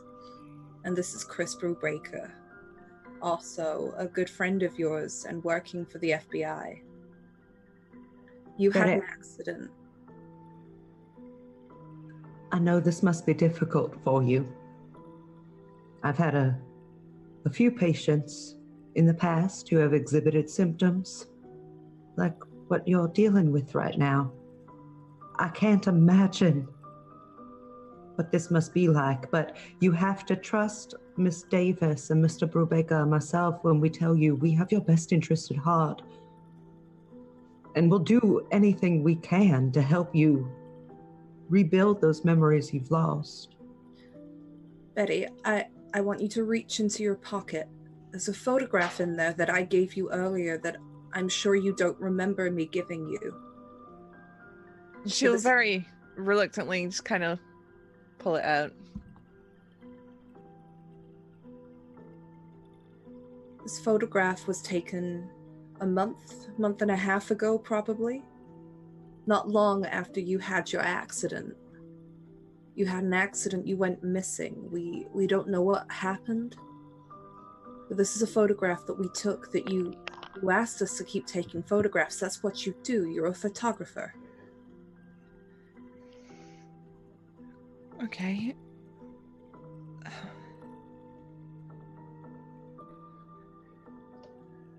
Please trust me. We're not going to hurt you. We want to help you. There is one other person that is a good friend of all of ours and a member of this team that we had. His name is Captain Robert Dabrowski. We don't know where he is either. But something is happening and we can't trust the people that we were working for. It is of the utmost importance that we try and keep a low profile while we're here and figure out what it is that we're doing. All right. Charlie, quick question. Are Betty's eyes visible to her? Are they visible like really blue to like everybody? They just blue. Just blue. Okay. Like bright sky, not like flecky, just blue. Just blue. Okay, that's cool. Yeah. I think she'll catch herself in the mirror and be like, "This doesn't seem right." It's fine. It's fine. You're probably just a little bit tired. It's been a very long day. With all due respect, Miss Davis, was it? I may have amnesia, but I do know what people's eyes look like. And this is not normal. You're not wrong, Miss Thomas. It's something that we've seen in a couple of our cases recently, but all of our research would say that it's nothing to be worried about. Nothing yet, anyway. We'll keep a good eye on you and we'll take care of you. But Miss Davis is right. Right now, you should probably rest.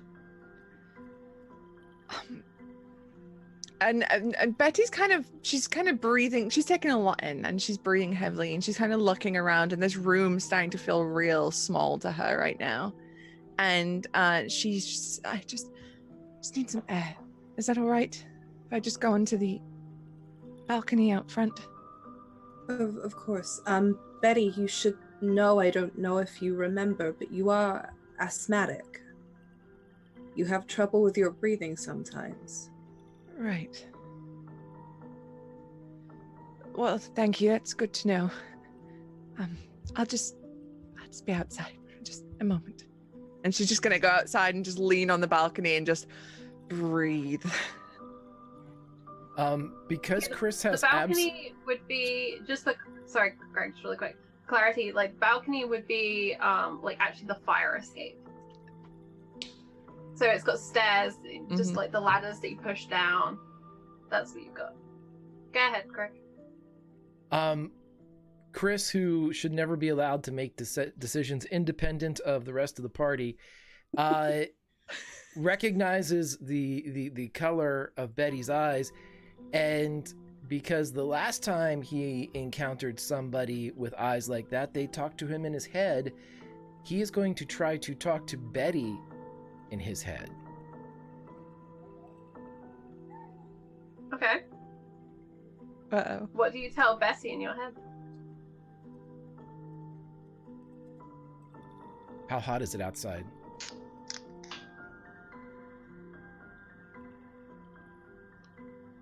Anyway.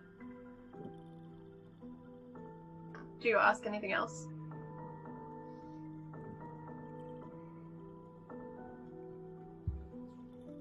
I think, and he's just saying this now maybe to himself as his inner monologue is going, I think that if I can get the numbers, you can get the pictures.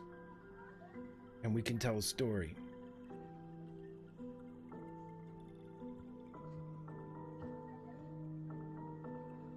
What else do you tell Betty?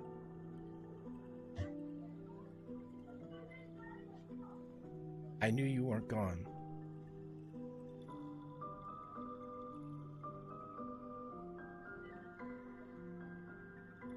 And if he can, he is going to think about whenever they arrived at that motel the first time in the rain, and the two of them were getting the luggage out, and they were switching off the umbrella, and there was that moment where he, in his complete inability to understand social moments, allowed her to get like drenched when she was, because he was holding it over himself and just didn't put it together. But he just throws that image in there if he can, of the two of them. Okay. Betty, you're told that's your name. You're told who you are, who these people are. Some of what you've been through, although they've been light on the details.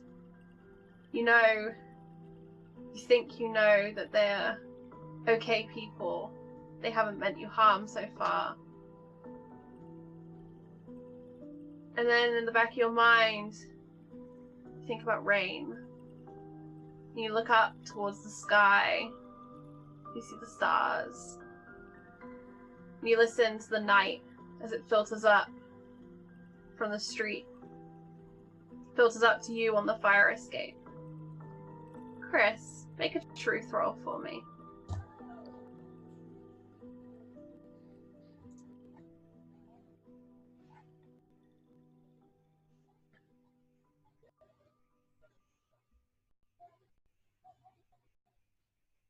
Chris? Oh. Is busy.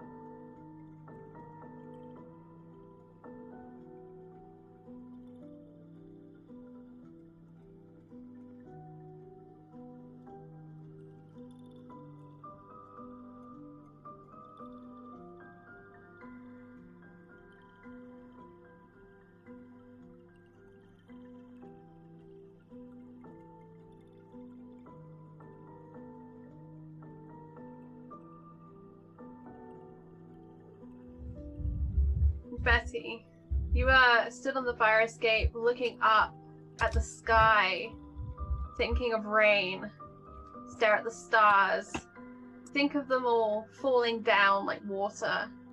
You can hear the sound of the street filtering up to you. The busy strip not far from the motel. And Chris, I'd like you to make a truth roll for me, please.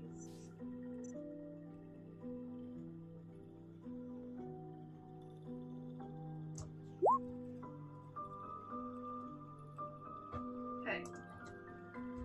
I almost want to push it. Do it. Huh? Do it. Why the hell not? You know what? The hell with you, roll 20. I'm gonna push it. Do I it. hope I fumble this one. Don't say that. I didn't fumble, but I didn't make it. Okay. And you think of that locket around your neck. You're aware of its weight. You're aware that it's important to you. And you stand in solitude on this fire escape. What do you do, Betty?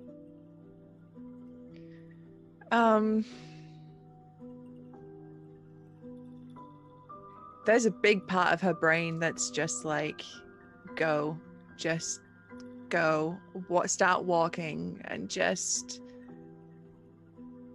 do something.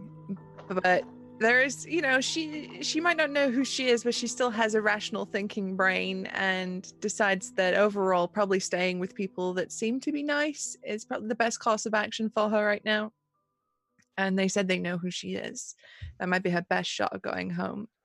So she's gonna just take a couple of moments to collect herself, and she's gonna pop open the locket and stare at that portrait a bit, trying desperately to figure out who that is and why they mean so much to her, why she knows that, before she heads back into the room. Maggie, make a sanity roll for me, please. Oh, no. No. That's a fail. You hear Chris as he thinks thoughts towards Betty. You hear him ask about things. You feel the thoughts about the rain and the umbrella. You hear him think that he knew she wasn't gone. You hear Betty asking who she is, asking who the face in the locket is. And your mind is full of these two voices talking to themselves, to each other. Out of interest, Susie, has Betty ever told us who the man in the locket is? Nope. Okay.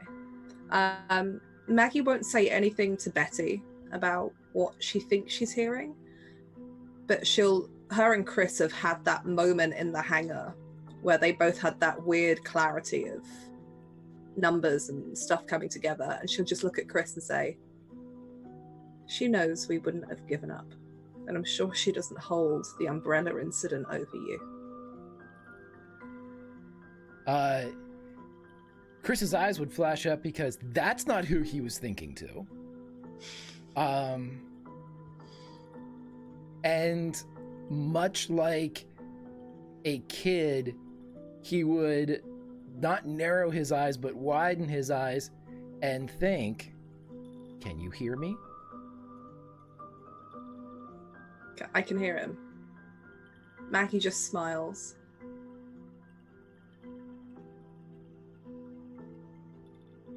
And gives a little nod. Dr. Nash, before tonight is over,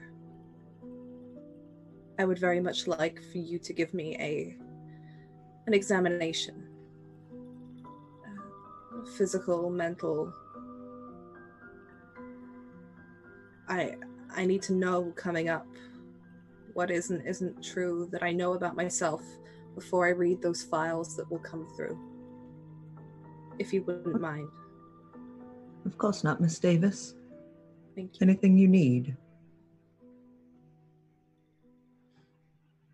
Robert, as you make your way out of the motel into that car in the parking lot, you turn back towards the building one last time, and up on the fire escape, you see Betty. Only how can that be?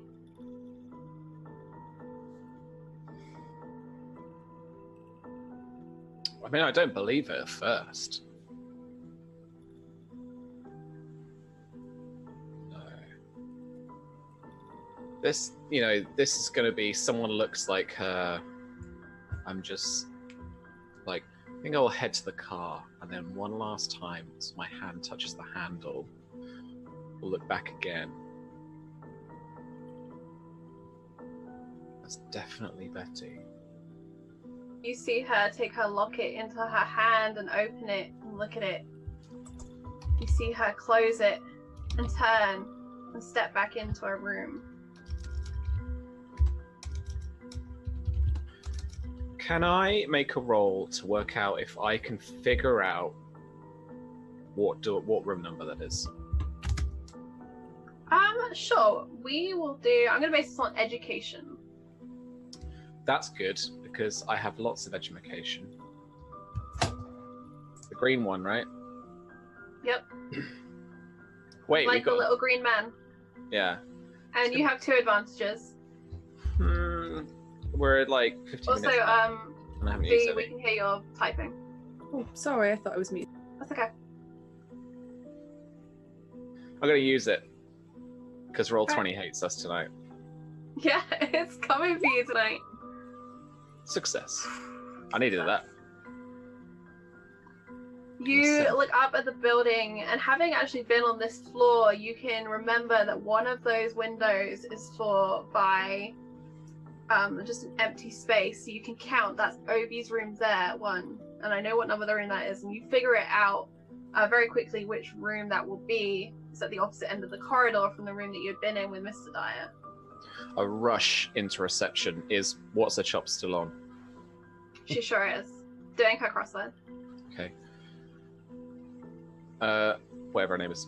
Ma'am, who booked into room 206? Let me look. And she grabs the registrar and she says, that's Barbara. Barbara who? I don't ask. They lie. What's the point? They didn't give a surname? And she looks back down. No, she just signed Barbara, and she'll turn the register around so you can see where Maggie has signed in on this sheet. Before she's even looked up to turn the register around, Robert's run up the stairs.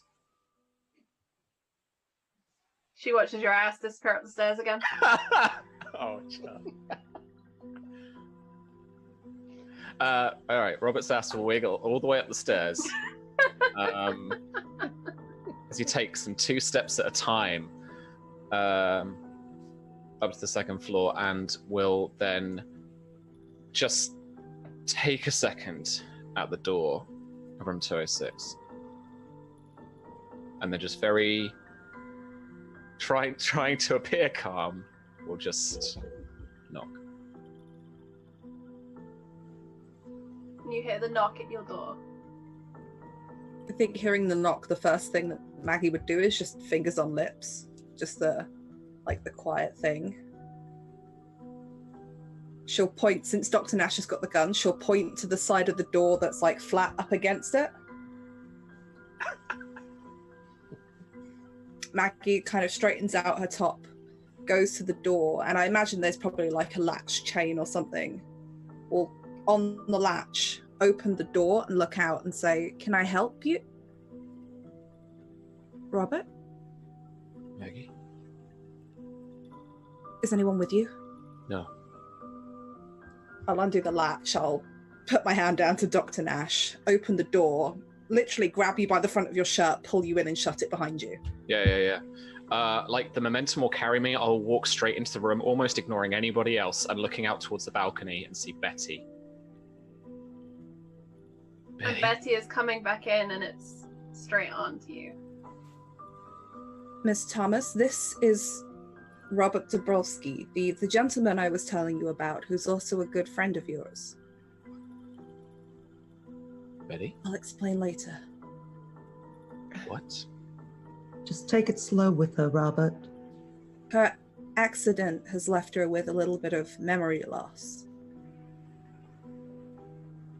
It's at that pause that Chris flies into the captain and wraps him in his arms, hugging him as close as he can, like high, like around the neck, because Chris is tall, and just like buries his head into his shoulder. All right, yeah. I give him the awkward male pat. Like, all right. Chris like turns into it a bit. Then let's go. Robert, were you followed here? How are you here? I'm on a case. Flint sent me. Robert, you can't trust Flint. Why? What's happened? We were all locked up in facilities. I'm not quite sure how Betty came to be, but Chris and I were locked up in a facility. They had me dosed up on God knows what kind of medication. I saw files. Don't ask me how, because I don't really remember it at all, but Flint is involved with something called MK Ultra. Flint is doing something. We were put together for a reason. They suspect that I'm some kind of sleeper agent, that they were talking about surgery and options to get to the bottom of whatever was going on with me. I was having visions and dreams of memories that can't be real. Chris was the one who broke me out. You'll notice that Robert steps back just a half step as you're saying all of this. And we'll kind of straighten up a little bit more. Chris was the one that got me out, and Dr. Nash got Betty out from wherever they were. The FBI don't know that we're here. God damn, well, you're about 30 yards from my case. And I'll point down, like, kind of in the direction roughly down the hall, like where it would be. And Robert, you said Flint sent you on this case? Yeah. Well, look, I got a serious knuckle wrapping when they grabbed me. I've been up at Utah working on something. I've been back at the Air Force, but when they sent me down here. Well, you got the good end of the stick, trust me. Please, Robert, you can't tell them we're here. Is there a phone here? Only one down in reception, and put it this way, it cost me $15 to get a private phone call. You can't call us in, please. I'm not calling you in. Listen. My house is half an hour from this place. Let me go call Dottie. Hang on. I'm gonna make my way downstairs with a new suspicion of just checking the corridors, looking in corners, weird little spycrafty things, looking for bugs, looking for little anything that might, be out of place. But we'll head downstairs and talk to Thingy on reception. Okay, as you do that, why don't you make me a spot hidden as you are doing your spycraft? Extreme! You spot a plant in a pot, and you can't help but keep staring at it. There is no reason for a plant in a pot to be where it is. It's almost in the way. And you move it, and you see a small wire that leads out of the base of the pot. A small transmitter of some description. What do I have to do to bribe you, Charlie, that I have like a little penknife or something on me? You have a penknife on you. Sweet. I will cut that wire. Alright. Cut the wire. Is there anything else you'd like to do? Yeah, I want to head downstairs and I want to call my wife. Okay. You go down and ask for the phone from the receptionist. She hands it over, picks up her crossword, mutters something to herself about the oven, and goes into the back. Thank you. Right. I'll dial home. Okay. And it's answered very promptly. Good evening. Does it sound like my son or my wife? That sounds like your wife. Okay. Brovskis? Dorothy, it's me. Robert. Listen, I managed to get out. I'm in town. Listen, I need you to trust me, but I've got some friends here and they're in some trouble. And I need them, I need somewhere for them to stay. But what friends, Robert? What do you mean you're in town? Look, I'm in Vegas. The FBI, they've sent me on this thing here. So I'm heading. Sorry, they Zoom chat. They're talking about me and my family. It's weird. Look, I'm in town. Like, so just this is pretty serious, okay? All right. I mean, we have the guest room. How many friends? 4. Well, I mean, one of them will need to stay in the living room, but we have the other 3 rooms. It's fine. A few of them are used to this kind of thing. I guess we could move Bobby. Yeah, look, can you figure it out for me, and I will bring Yes, them. I'm sorry. I wasn't expecting you to call, and No, I know. I'm so glad you're home. No, honey, I know. Look, I mean, you're not home, but you will be home. Yeah, we'll have some time. I'm positive, but look, you just can. We really need to help these people out, okay? They've been working with them, okay? Okay. Is there anything else I need to do? No. Look, we'll figure things out in the morning, okay? Are you coming tonight? I think so. I'll talk to them first, okay? Okay. I'll get everything ready. If I'd have known, I would have cooked a meatloaf or something. It's fine, honestly. Thank you.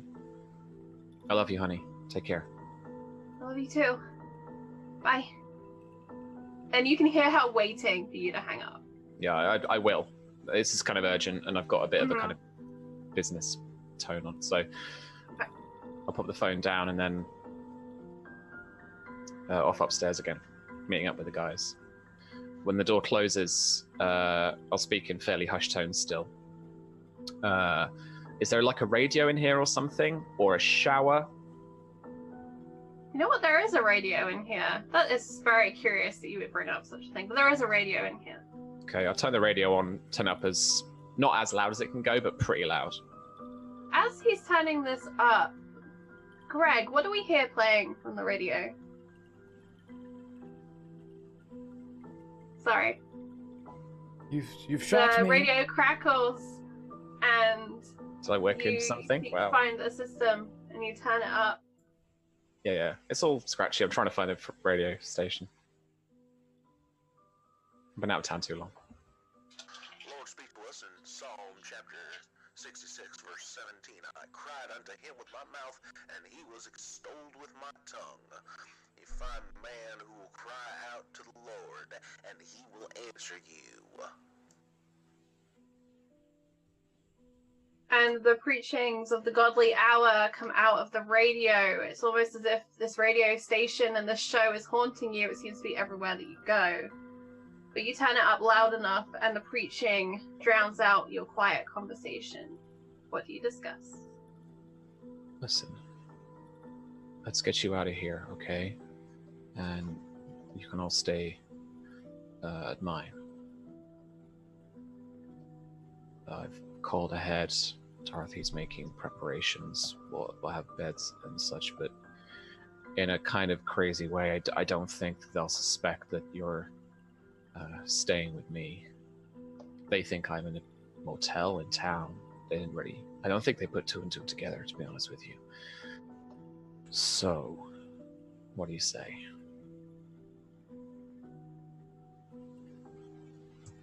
I think that's a good idea. Are your family going to be safe, Robert? You have a son. Yeah, that'll be fine. I might have to stay behind. For now, I'm waiting on some files from an old colleague of mine. On Flint and on me, hopefully it might get us somewhere, but he's delivering them here. Can we make any alternative arrangements? Can he drop them for you, something? Or something under the door?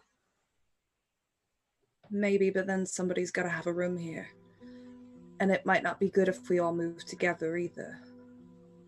Miss Davis, perhaps I stay behind with you and we use this as an opportunity to address your concerns. That is, of course, a promise if you feel comfortable going ahead without us. Okay. If you say I know the captain here and Mr. Brubaker would be with us, then... You're in very safe hands, Betty, I promise. You don't remember, but as your friend, I promise. 1 in 203. What? 1 in 203. Of all the hotels, motels, rooms to rent in the greater Las Vegas area, there is a 1 in 203 chance that we'd all be here.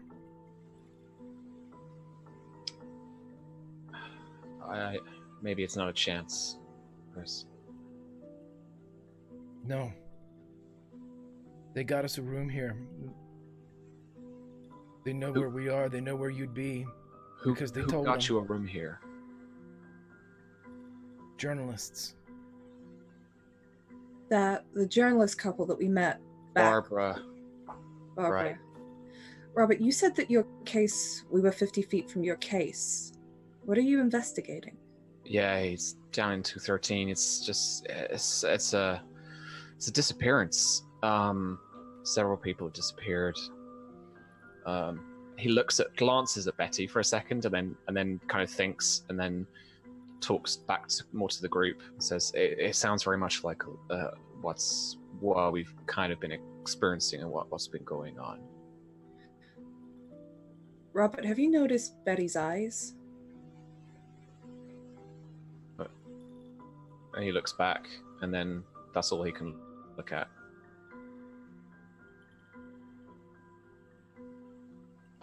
I'll be damned. Chris goes to the window.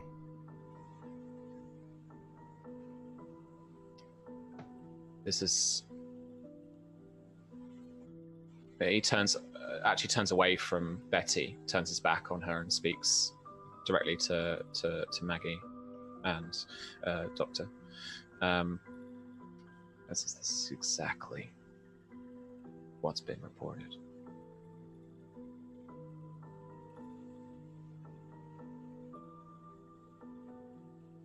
Excuse me, has this happened to somebody before? What happened to me? We don't know if it's what happened to you, Betty, but your eyes you mentioned earlier.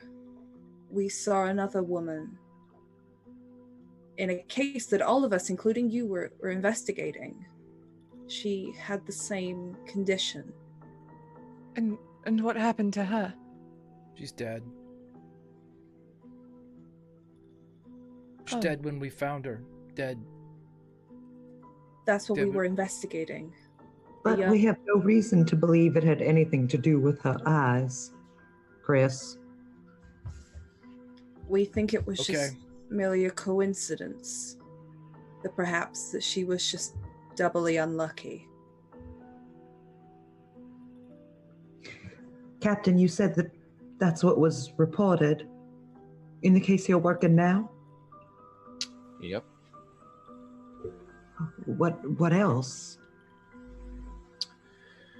It's all linked to this jazz place, Raging Waters. I don't know of it. It's a fairly new establishment, apparently. I was about to go home, and then look into it in the morning. Are you working with anybody else? Have they assigned you? Not assign me anybody else yet. He did tell me that you'd let me down. I asked him how. Who? Flint.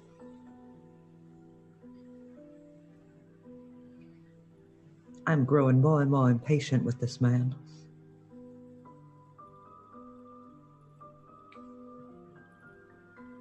What I think might be best is definitely getting Betty back to yours, Robert, where she can be comfortable and safe, and perhaps the company of your wife and your son might make her feel more at ease. It's best if at least I stay here to wait for these files. Yeah, sure. Okay. And if you're coming back into town tomorrow to investigate, I know for one I would very much like to come. I'd be careful, though. I mean, they could be watching me. Flint. I count on it, Robert, that they're going to be watching you. So why risk it?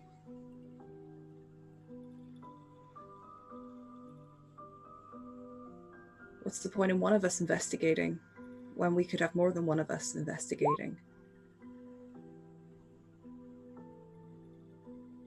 Sure. If you want. I can change up my hair and how I look. It's not a problem. All right.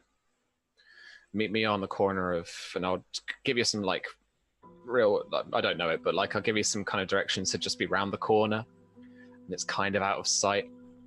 Just somewhere where actually maybe I can kind of, we're not even going to enter the place like head on. We're going to like come in through a staff entrance or a stage door or something.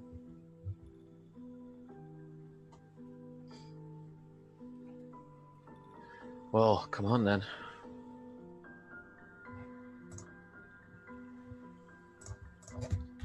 Okay, Greg, what was the roll for? Chris is looking to see if somebody's like getting ready to storm the place, watching the hotel. Yeah, he's looking for like a government a presence or trouble. Okay, Virginia, I can hear you typing again. Sorry. Oh. You, with this success, you look out into the night and you can see two people in the parking lot.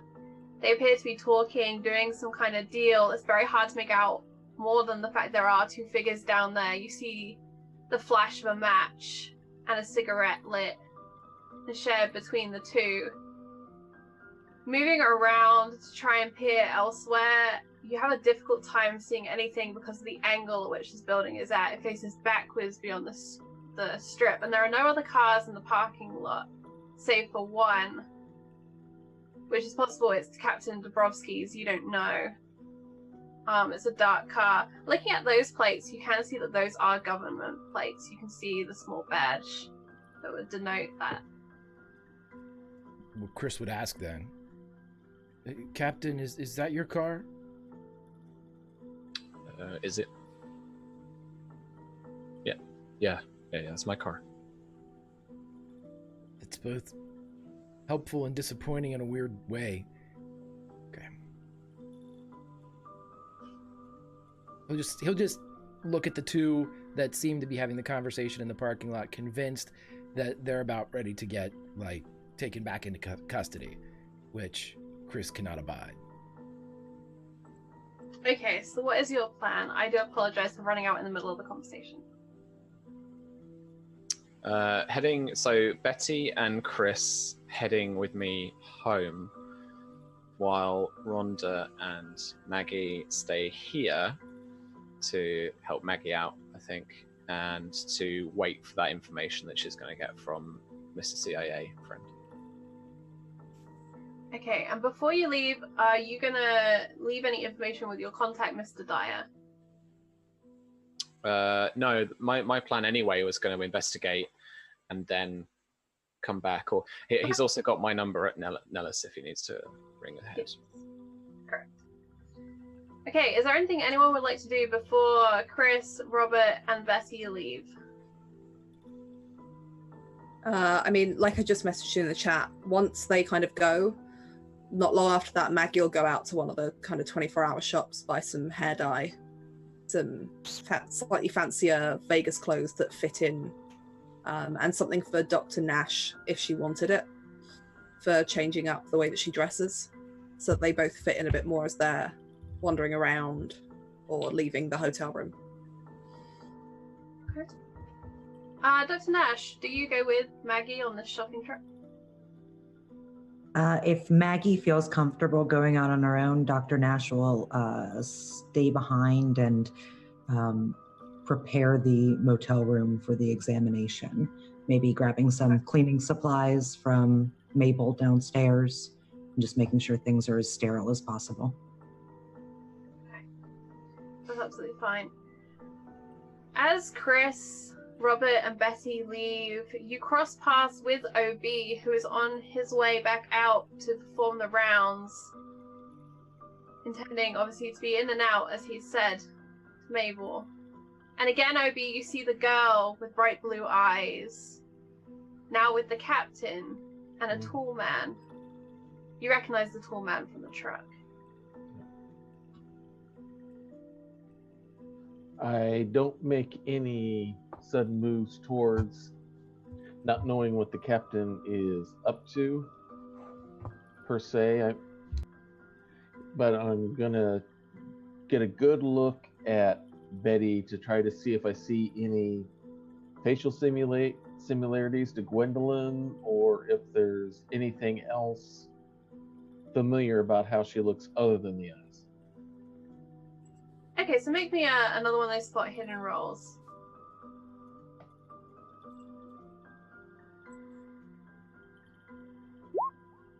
Ah.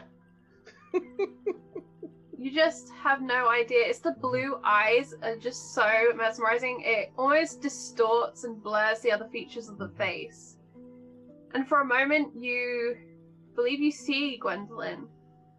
The hair is dark and long now, but it was short and blonde then, and it wasn't a real blonde even then.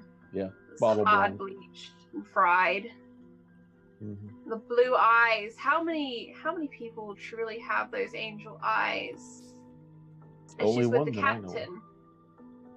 And the captain had been very interested when you'd mentioned the blue eyes, had asked questions. And with the fumble, I'm going to say you grow a tiny bit suspicious of the fact that the captain and Bessie are together. Mm-hmm. Okay. Definitely has some gears grinding in my head as I'm trying to figure out.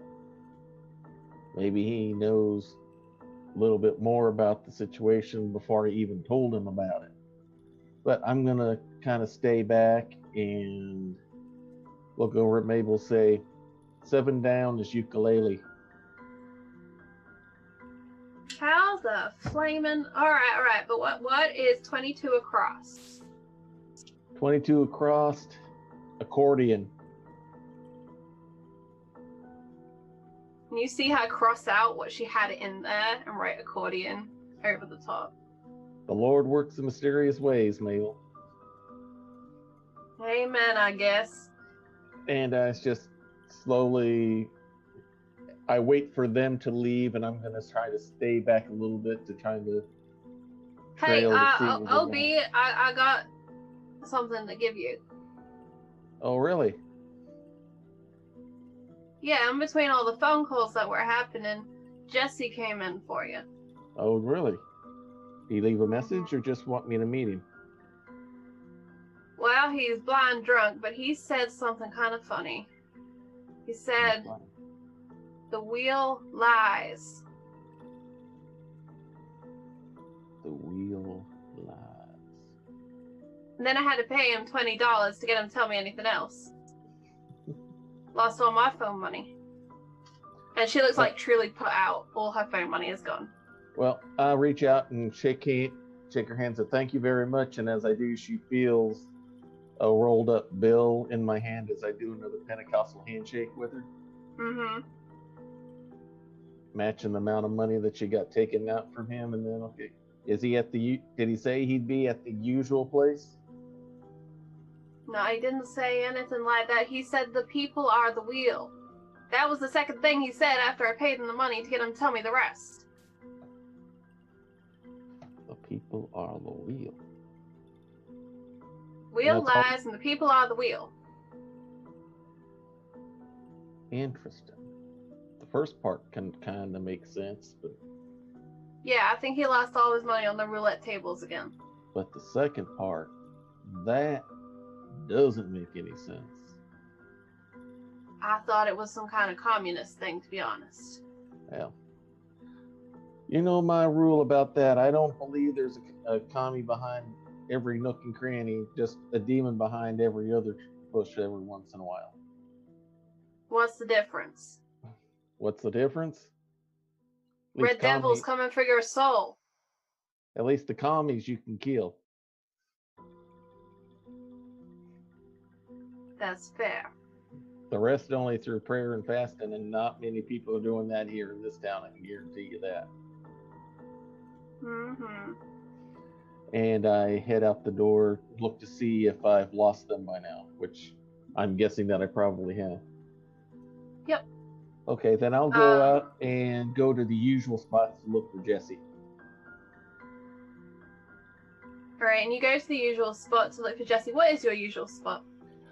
He usually hangs out either across from the jazz club, because he, among other stories he's told me, is that he used to be a jazz musician as well and likes to hear the music.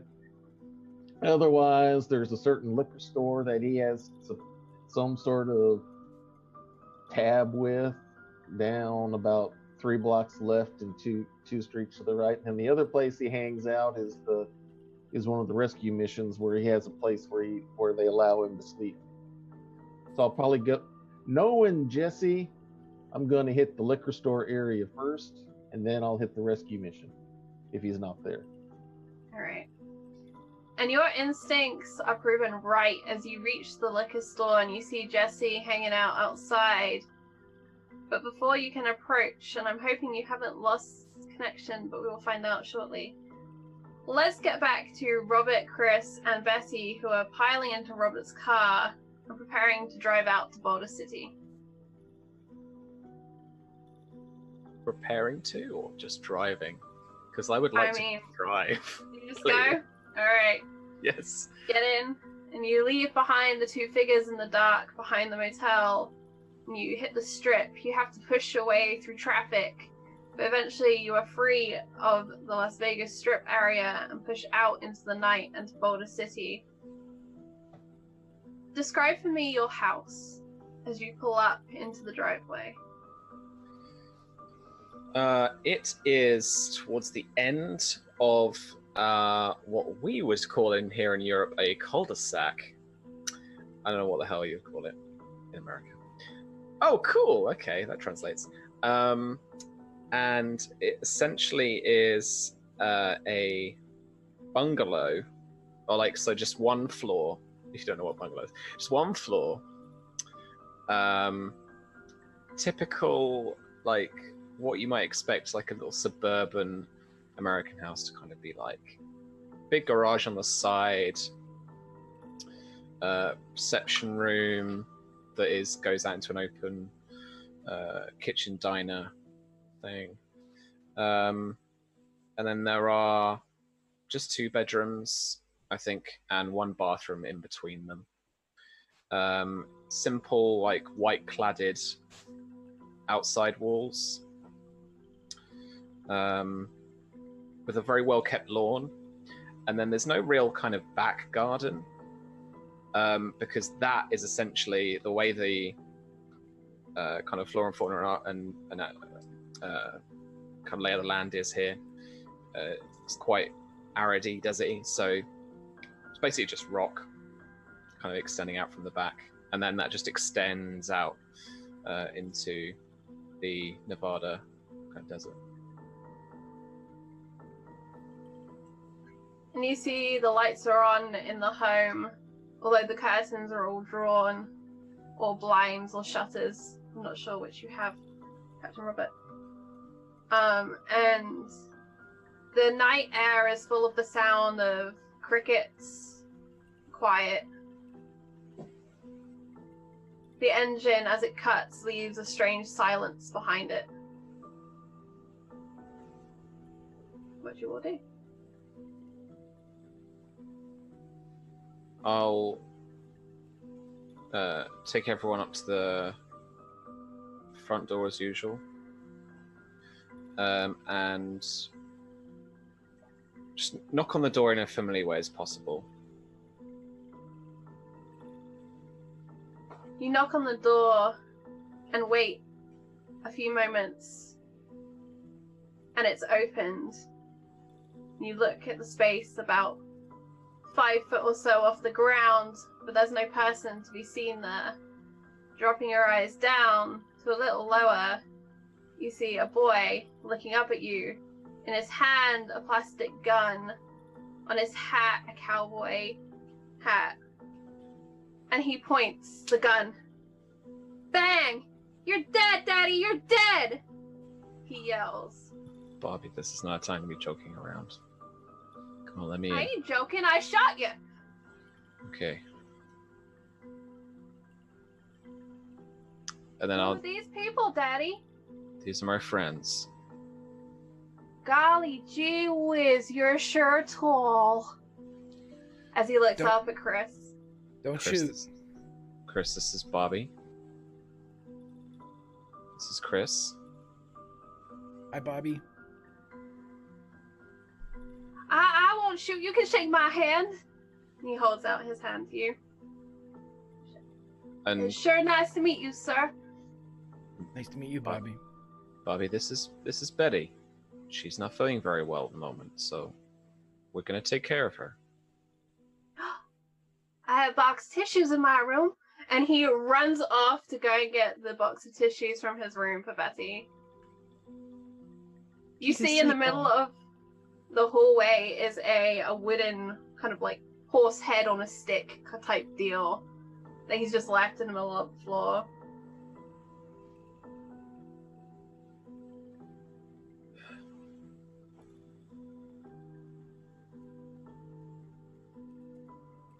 And he will stand on the doormat. Yeah, yeah. Can I get anyone a glass of water?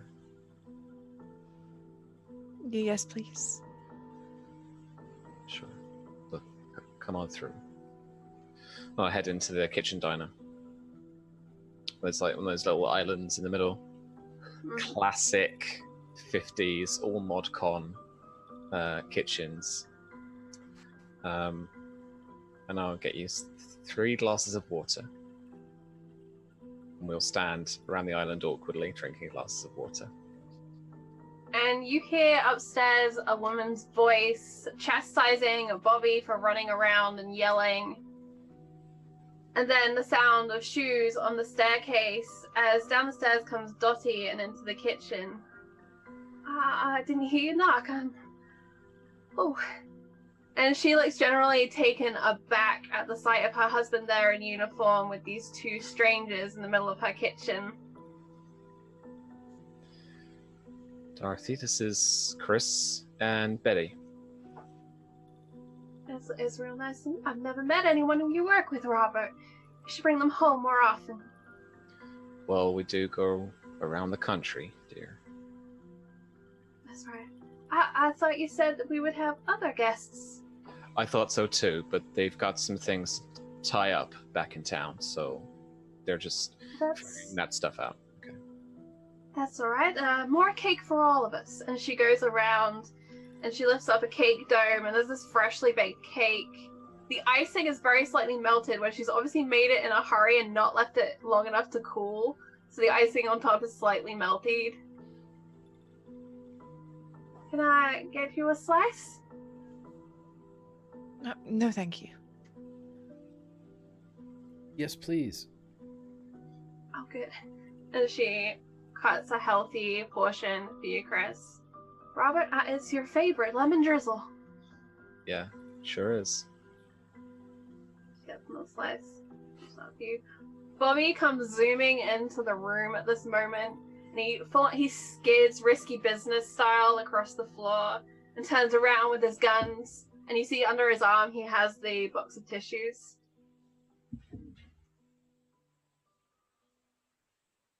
Bobby, why are you not in bed? Mommy said I could wait out for you to come home. Alright, well, I'm home, so... I got a new record. Do you want to hear it? Yeah, sure. And he goes... I take him upstairs, presumably. I want to leave these 2 people awkwardly here. Okay. Sure. So you go upstairs, and he turns on the radio, not the radio, the record player, kind of moves the little arm across, and it crackles and pops a little bit. And then Doris Day singing Secret Love just begins to play at full volume, filling the house.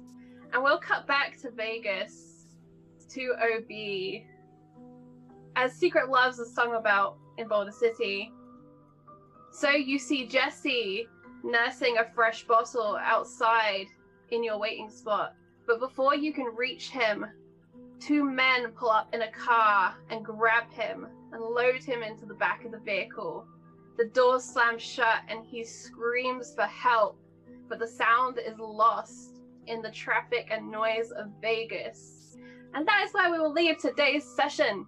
As Jesse is taken away, Maggie changes her identity, Dr. Nash prepares for questionable procedures, and everyone else hangs out in Boulder City in the beautiful home of Captain Dabrowski and his wife. Let's go around and see how everyone is doing, who we are, and where we can find everyone. And I would love to start with Hawkeye, our special guest for today, back with us again next week as we enjoy this Vegas investigation. You're muted. There we go. Now you can you see me? Can you hear me? All right, I'm Kentucky Hawkeye, KY Hawkeye, most of the different social media outlets out there. When I'm not, I'm a real life cleric by day and an RPG fanboy by night. Most of the time, I do have a couple of streams that I do on Tuesday night, 6 p.m. Eastern US, adjust your time zones accordingly. I have my weekly Lego game series. We're currently wrapping up Lego DC Supervillains, which has been fun, where you get to create a villain character instead of a hero, so makes it a little bit different, a little bit more fun. Thursday nights is my weekly Skyrim serial. Currently we're doing Scandalon's Tale, the story of a Khajiit who's making his way upward and onward in the Thieves Guild. And then my newest activity is Saving Throw Wrestling. It's a WWE universe that I've created at 7 p.m. on Saturday nights. I'm trying to get it weekly, but I've had to do a lot of travel, so it's been kind of every other week by now. It's different people from Discord that are DMs or other RPG players and stuff like that I've created into wrestlers, and they are competing against each other. And not to name names or anything, but one of the people here in this story right now is half of the tag team champions. Oh yeah! So if you want to hear what that grim chin music sounds like, come join me 7 p.m. on Saturdays. And otherwise, I just look for when I can get into roleplay, and I'm looking at maybe getting some training at Gen Con to learn how to do some DMing of my own here sometimes soon in the future as well. How did I not know about that, Greg? Kept that quiet. Whew. And I want to say, super thank you. Hawk, tell him who's the other person in the tag team. Well, the name of the tag team is the Black Roses, so the other member of the team is Jonathan Fry. In full Lord Soft armament. Wait, what? You have to see it to get it. You have to see it. It's amazing. They are available VOD, and I'm hoping when I get back home to Ypsilanti from here in San Francisco, I'm going to get the first 2 shows loaded onto my YouTube channel, make them available to see.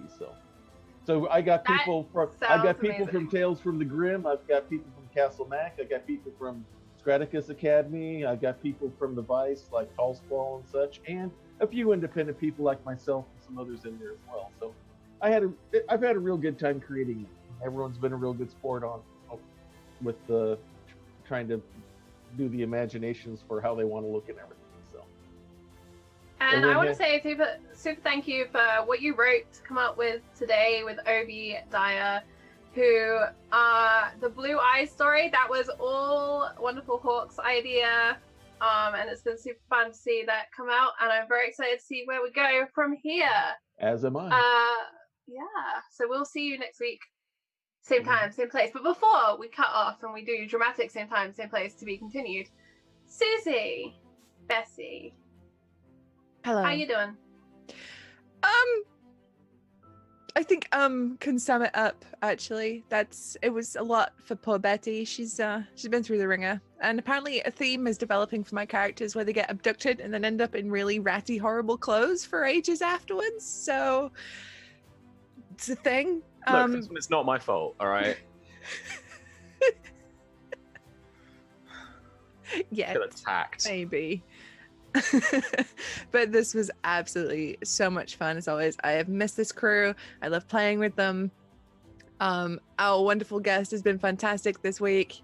I've loved Obi, and I can't wait to actually get to speak to him maybe and not be afraid of him as he comes walking towards me.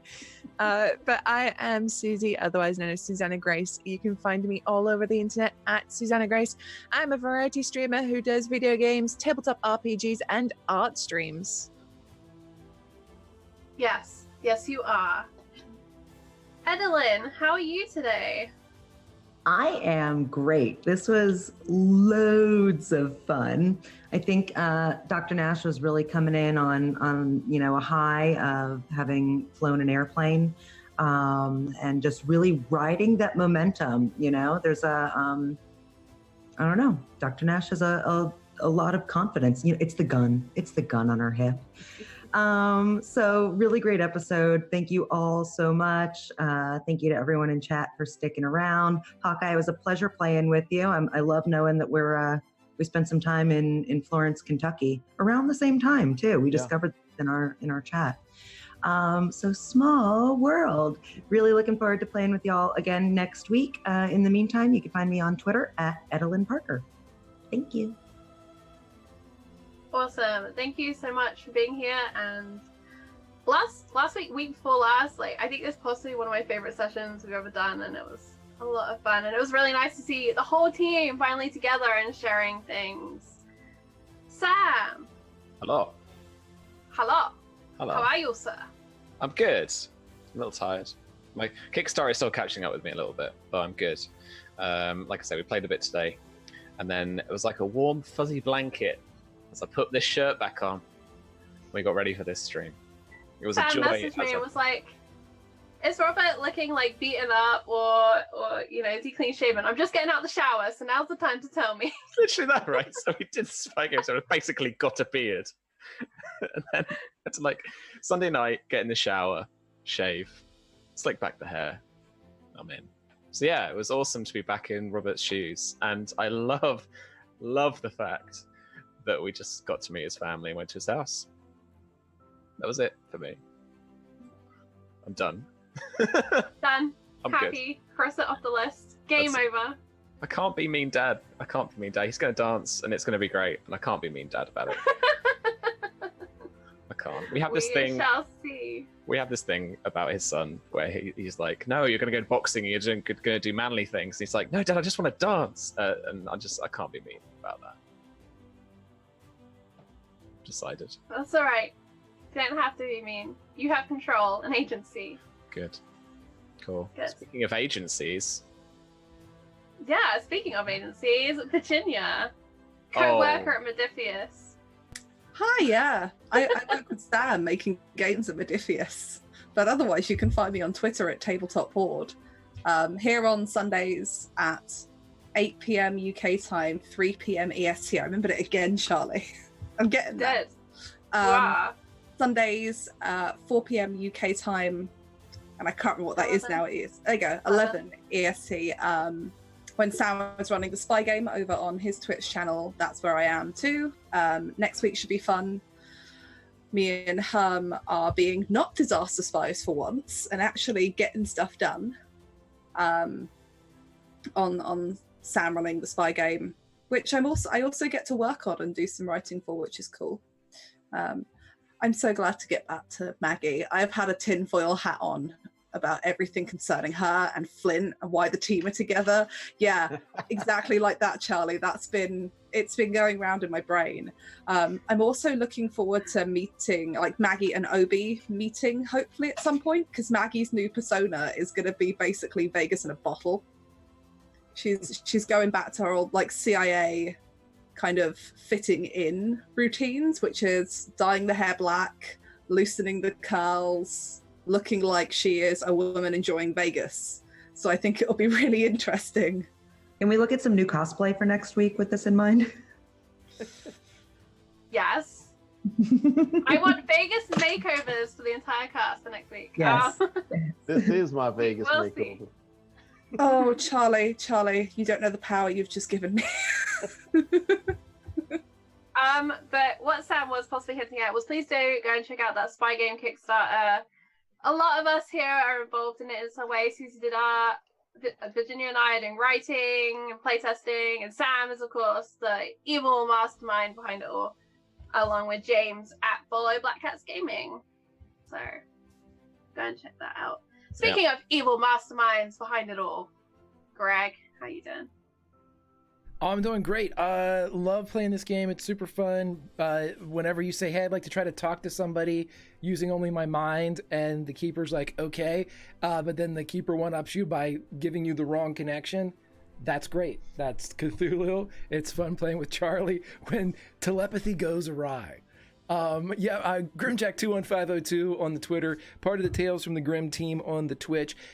With the con season fast approaching, we have a lot of our main shows on hiatus, but we have a lot of fun, shorter mini campaigns coming up. We are going to have coming soon on Friday nights an Alien RPG from the new starter set that's coming out. Free League, and then we are also going to be doing with Hawk, who will be joining the crew of the USS Athena NCC 1933 as we run a couple shot in Star Trek's Modifius. So we're going to have some fun in the Next Generation campaign and see what a scheduled to be decommissioned Springfield class starship, given one last chance to have an adventure, what she and her crew have left in her. But until next time, Charlie, I'll be thinking about this game and who I am going to play telephone with my mind, because you are a genius in coming up with fun things. Back to you, my friend. Well, boldly go and live long and prosper, my friend. I am very excited to see that show and to check that all out. I am adoring the fact I'm surrounded by everyone doing this right now. I'm at Frost and Fire on the Twitters. You can find me all over the place. Check out my pinned tweet for my full schedule. I do want to shout out that on Thursday, July 25th, 3 p.m. Eastern, 8 p.m. UK, we are doing a charity tourney over on RPG Webby.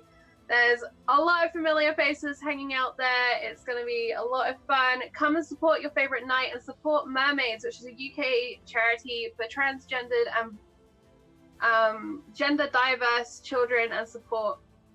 It's a really cool charity that we want to raise money for, and we are very excited just to joust, because who doesn't love getting to live a Knight's Tale for a night? I'm running the show, and yeah, it's going to be a lot of fun, so I hope that we will see you there.